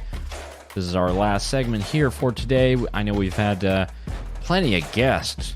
Good God, let's look at the list here. We had Marcley, host of Recovering Hope, Lillian Beecroft. She's the host of another Big Talker show, Awaken to Greatness. We've had U.S. Representative Dan Bishop of North Carolina's 9th District, Ashley Baker of the Committee for Justice, and my good friend and co-host on another program, Consumer Choice Radio, David Clement. What a show. I think it's been a lot of fun interacting with you guys. Hopefully you've enjoyed the content, liked it, listened to it, and hopefully you'll continue listening to the Big Talker. Just so you know, tomorrow, Thursday, 7 to 10 a.m., Andrew Donaldson will be on the mic. Andrew Donaldson of Ordinary Times fame, Ordinary Times Magazine. Also a huge Twitter personality, just so you guys know. He is on Twitter at ForTheFire, I believe is his Twitter account. Let me make sure I get that 100%. We can't mess that up. Okay, so the number 4 written out, and then 4, like the number, the fire. Very interesting and entertaining fella. He is the purveyor of the hashtag Twitter Supper Club. If you've never heard about that, I'm sure he'll explain tomorrow. Someone who's all about good vibes, about speaking about community and the positive things that can actually get us moving forward. Also how we started out our program this morning, talking to both Lillian and Mark, and really has been an amazing part of this station and many other programs. So do tune in tomorrow, 7 to 10 a.m. here on the Big Talker 106.7 FM, Andrew Donaldson on the mic. And then Friday, 7 to 10 a.m., we'll have Len with Ben Hawkins. He has his weekly show on Saturdays, but he'll be taking over the mic. Really interesting to see a businessman also take up the mic, give some interesting stories, spit the facts, as it were, and have some great guests, as always. You guys will want to tune into that. Overall, it's been a great program. Really, the guests have been fun. It's been an amazing day. I mean, I can't tell you guys how fun it is to be on talk radio, to be able to engage with many of you, to listen to your comments, to see what you're writing. And I hope you enjoyed. Hope the content was good. There's a lot of stuff that we covered, various aspects of local community politics, whatever is happening internationally, federally as well. Got some insight on some personalities, talked some positive stories, some sports, and I think we keep it all the more reasonable for all the listeners. So I guess now we're reaching the end of the hour. Hopefully you're into your work day. Maybe you're on the night shift and you're about to punch out. But we thank you guys again for listening. A couple other topics that I just want to hit on as we head out the door here. One thing that we're seeing a lot more information on is about the electrical vehicle industry. And there's been a lot of this, particularly when it comes to subsidies and taxes. And as you can imagine, if you've listened to me at all for this morning, not the biggest fan of big government incentives when it comes to trying to figure out which technology should be the future. Generally, it's the opinion that I have that we should be technologically neutral, particularly from a legislation standpoint, because you do not want to be endorsing record players when CDs or MP3s are coming out. You don't want to be endorsing HD DVDs when Blu-rays have taken the market lead. And you don't want to be investing so much money from the government in electric vehicles when we could have other alternatives that might be even more efficient. And maybe many of the environmentalists who praise electric vehicles would actually better enjoy. Now, I'm a fan of electric vehicles. I think they're fun. I think they're great to drive. They're actually pretty quick. They're fairly interactive. They actually gamify the charging while you're driving. The alternators on these things, on these puppies, are pretty bad and fun. But at the same time, there's an article here in the Wall Street Journal just about the fiasco of the taxpayer credits, the subsidies, and just the political cheerleading that comes with many electric vehicles. There's a lot of things to say about Elon Musk, CEO of Tesla, SpaceX, and many other companies. You know, he's someone who's definitely a firecracker, but he also has a lot of vision, and he's an entrepreneur, and he has been able to build amazing and great things. Those have come at times with various subsidy programs, and it's something that is ongoing, and you know, perhaps this is going to be the future of cars. There are already proposals in California and many other states to ban gas-powered cars using that unleaded fuel. So many are going to have to switch over to electric. And it's these kind of laws where we have to be sure that our government remains technologically neutral. Because if we endorse one particular technology and the next thing you know, you got hydrogen cell cars, or if you got liquid natural gas cars that are way more efficient, that are much better, that are cheaper, it's going to be the taxpayer that's holding the bag at the end of the day. And that's really concerning. This Wall Street Journal article just kind of goes through the various follies of some of the big electric car manufacturers in the past, the amount of money that has been spent. Again, this is not to hate on anyone who has one. If I could afford it, believe me, I'd be driving in one too. It'd be easy to just charge up at the house. But this does not mean that I'm necessarily saving the world. Most electricity in many areas is still dependent on coal. We're still dependent on the normal electrical grid. It's not just being pumped out from the solar panels on top of cars or anything. There's a lot of questions of economics and efficiency, and that's why we have innovation. That's why we have science, and that's why we have great, intriguing entrepreneurs who are trying to solve those questions for us. So there'll be a lot more to read on there. I know there's a good number of new charging stations that are popping up around the Wilmington area, and hopefully we can get a bit more installed by private investment throughout the course of the next year or two, because again, who knows what the future will be. So yeah, that does it for us here on Mornings with Joe Catenacci. I've been your guest host, Yaël Ossowski. Really a pleasure talking with you guys. Fun to be on the mic. Really fun to talk to the guests that we've had on the program. Thanks again to Marcley, Lillian Beecroft, our local hosts here on The Big Talker. Listen to their shows. Tonight, Mark will be on for Recovering Hope Radio. That'll be on at 6 p.m. You can listen to the stories that he'll be able to tell and the hope that he's able to provide.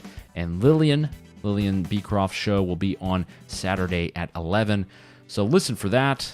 And thanks again to Congressman Dan Bishop, to Ashley Baker, and to my colleague David Clement for coming on the program and sharing their insights.